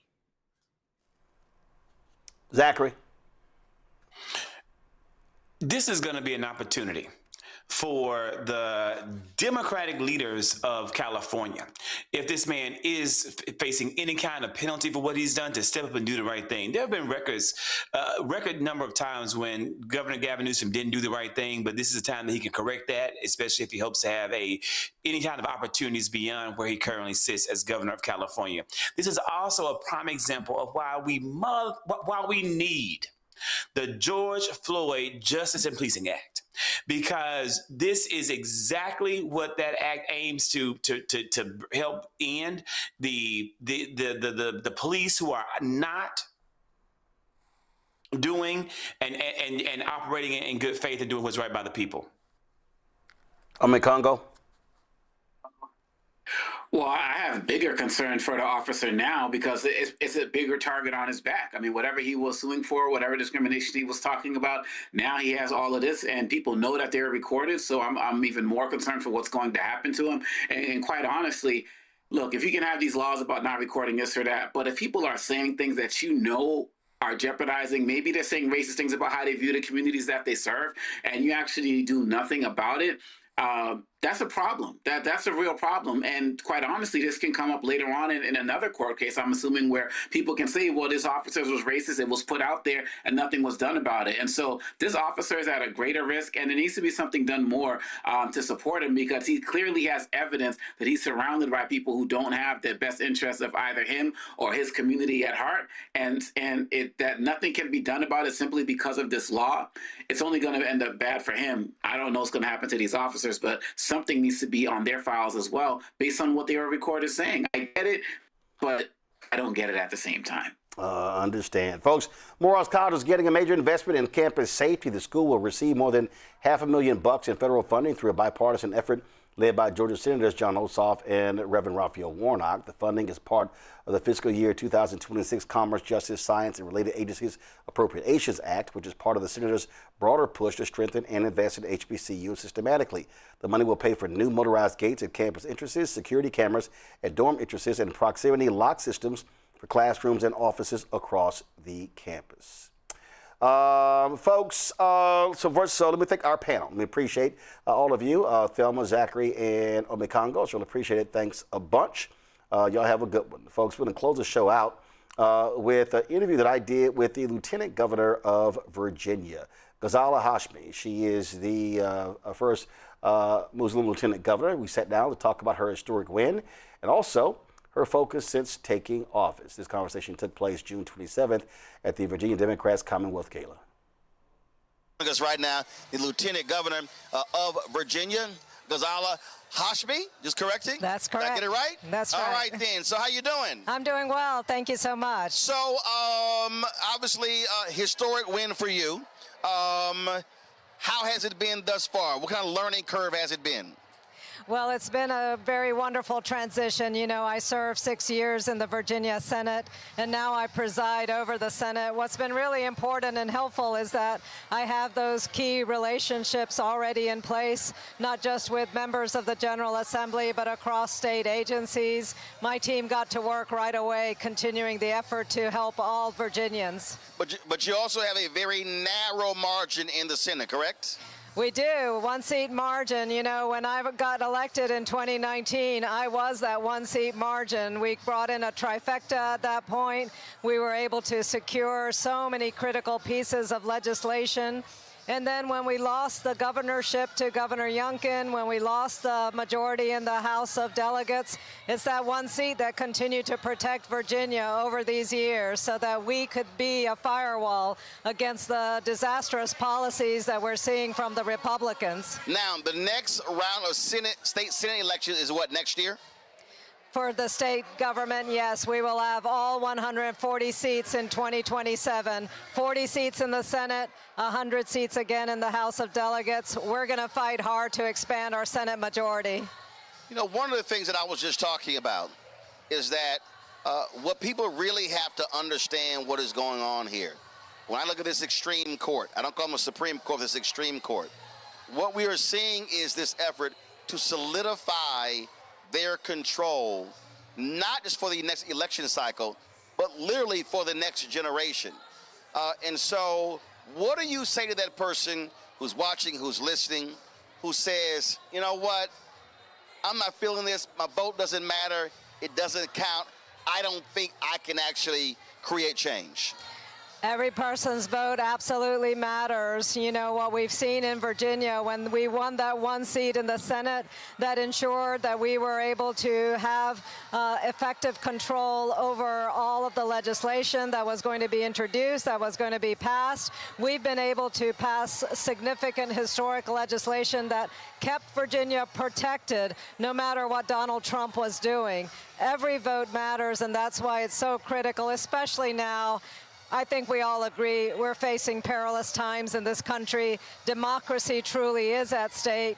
It's for everybody to act at this moment so that we can keep this nation moving forward and not relinquish the kind of prominence and effort that so many generations have made to get us to where we are. What do you make of the constant attacks in this country on immigrants?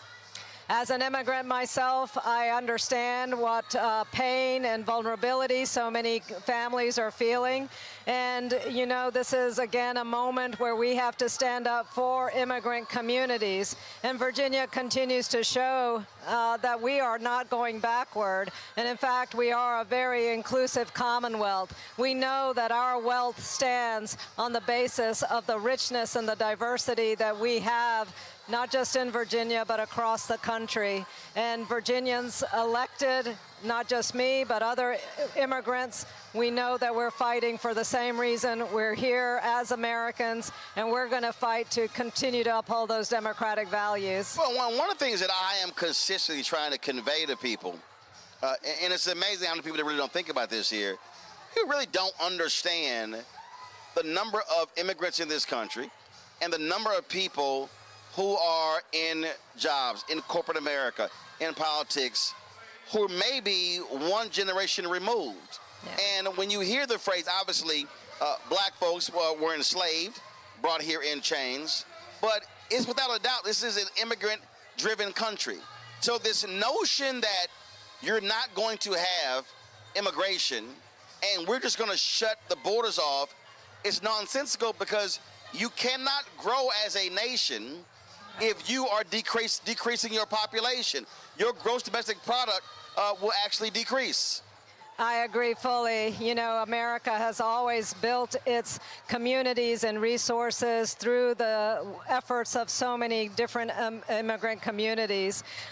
We get the research talent, we get the scholarship, we get the entrepreneurial efforts, all from so many people around the world.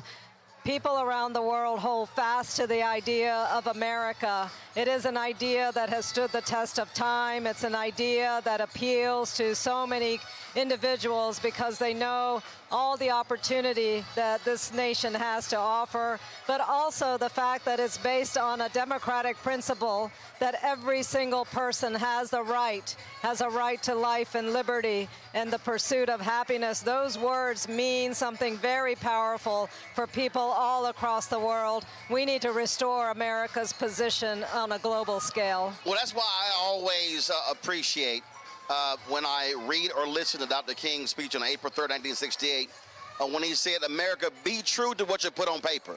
Exactly. Because there are a lot of people who claim to be patriotic. There are a lot of people who claim to be great Americans, who claim they love the Declaration of Independence, who claim they believe in the Constitution, but their actions speak something totally different. You're absolutely right. You know, I spent 30 years teaching American literature before I decided to run for office. And so for me, those foundational texts that actually define our American idea mean so much more than just words on a paper. And I taught students from around the world who sat in my classroom. They were here pursuing an American dream, knowing that there is power in this country, and that power rests on its recognition of the individual and of the critical role that democracy plays in upholding every single voice. So you say you taught for 30 years. Why did you want to run? Why? So I decided to run in 2019 because of Donald Trump's first administration. You know, Trump came into office wanting to ban Muslims, wanting to attack immigrants on bigoted ways.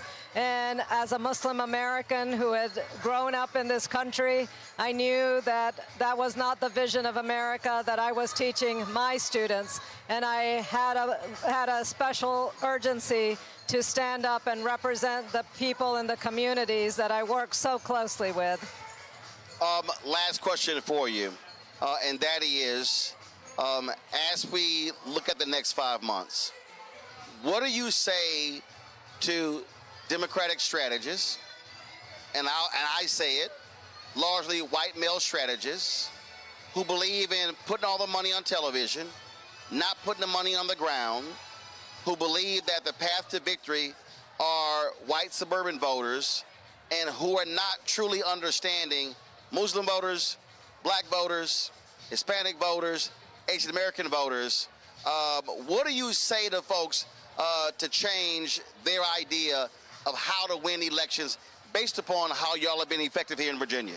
I think if we still play out the same tired game, we're going to continue to lose the critical constituencies that are looking to Democrats to stand up and truly represent the full spectrum of this nation.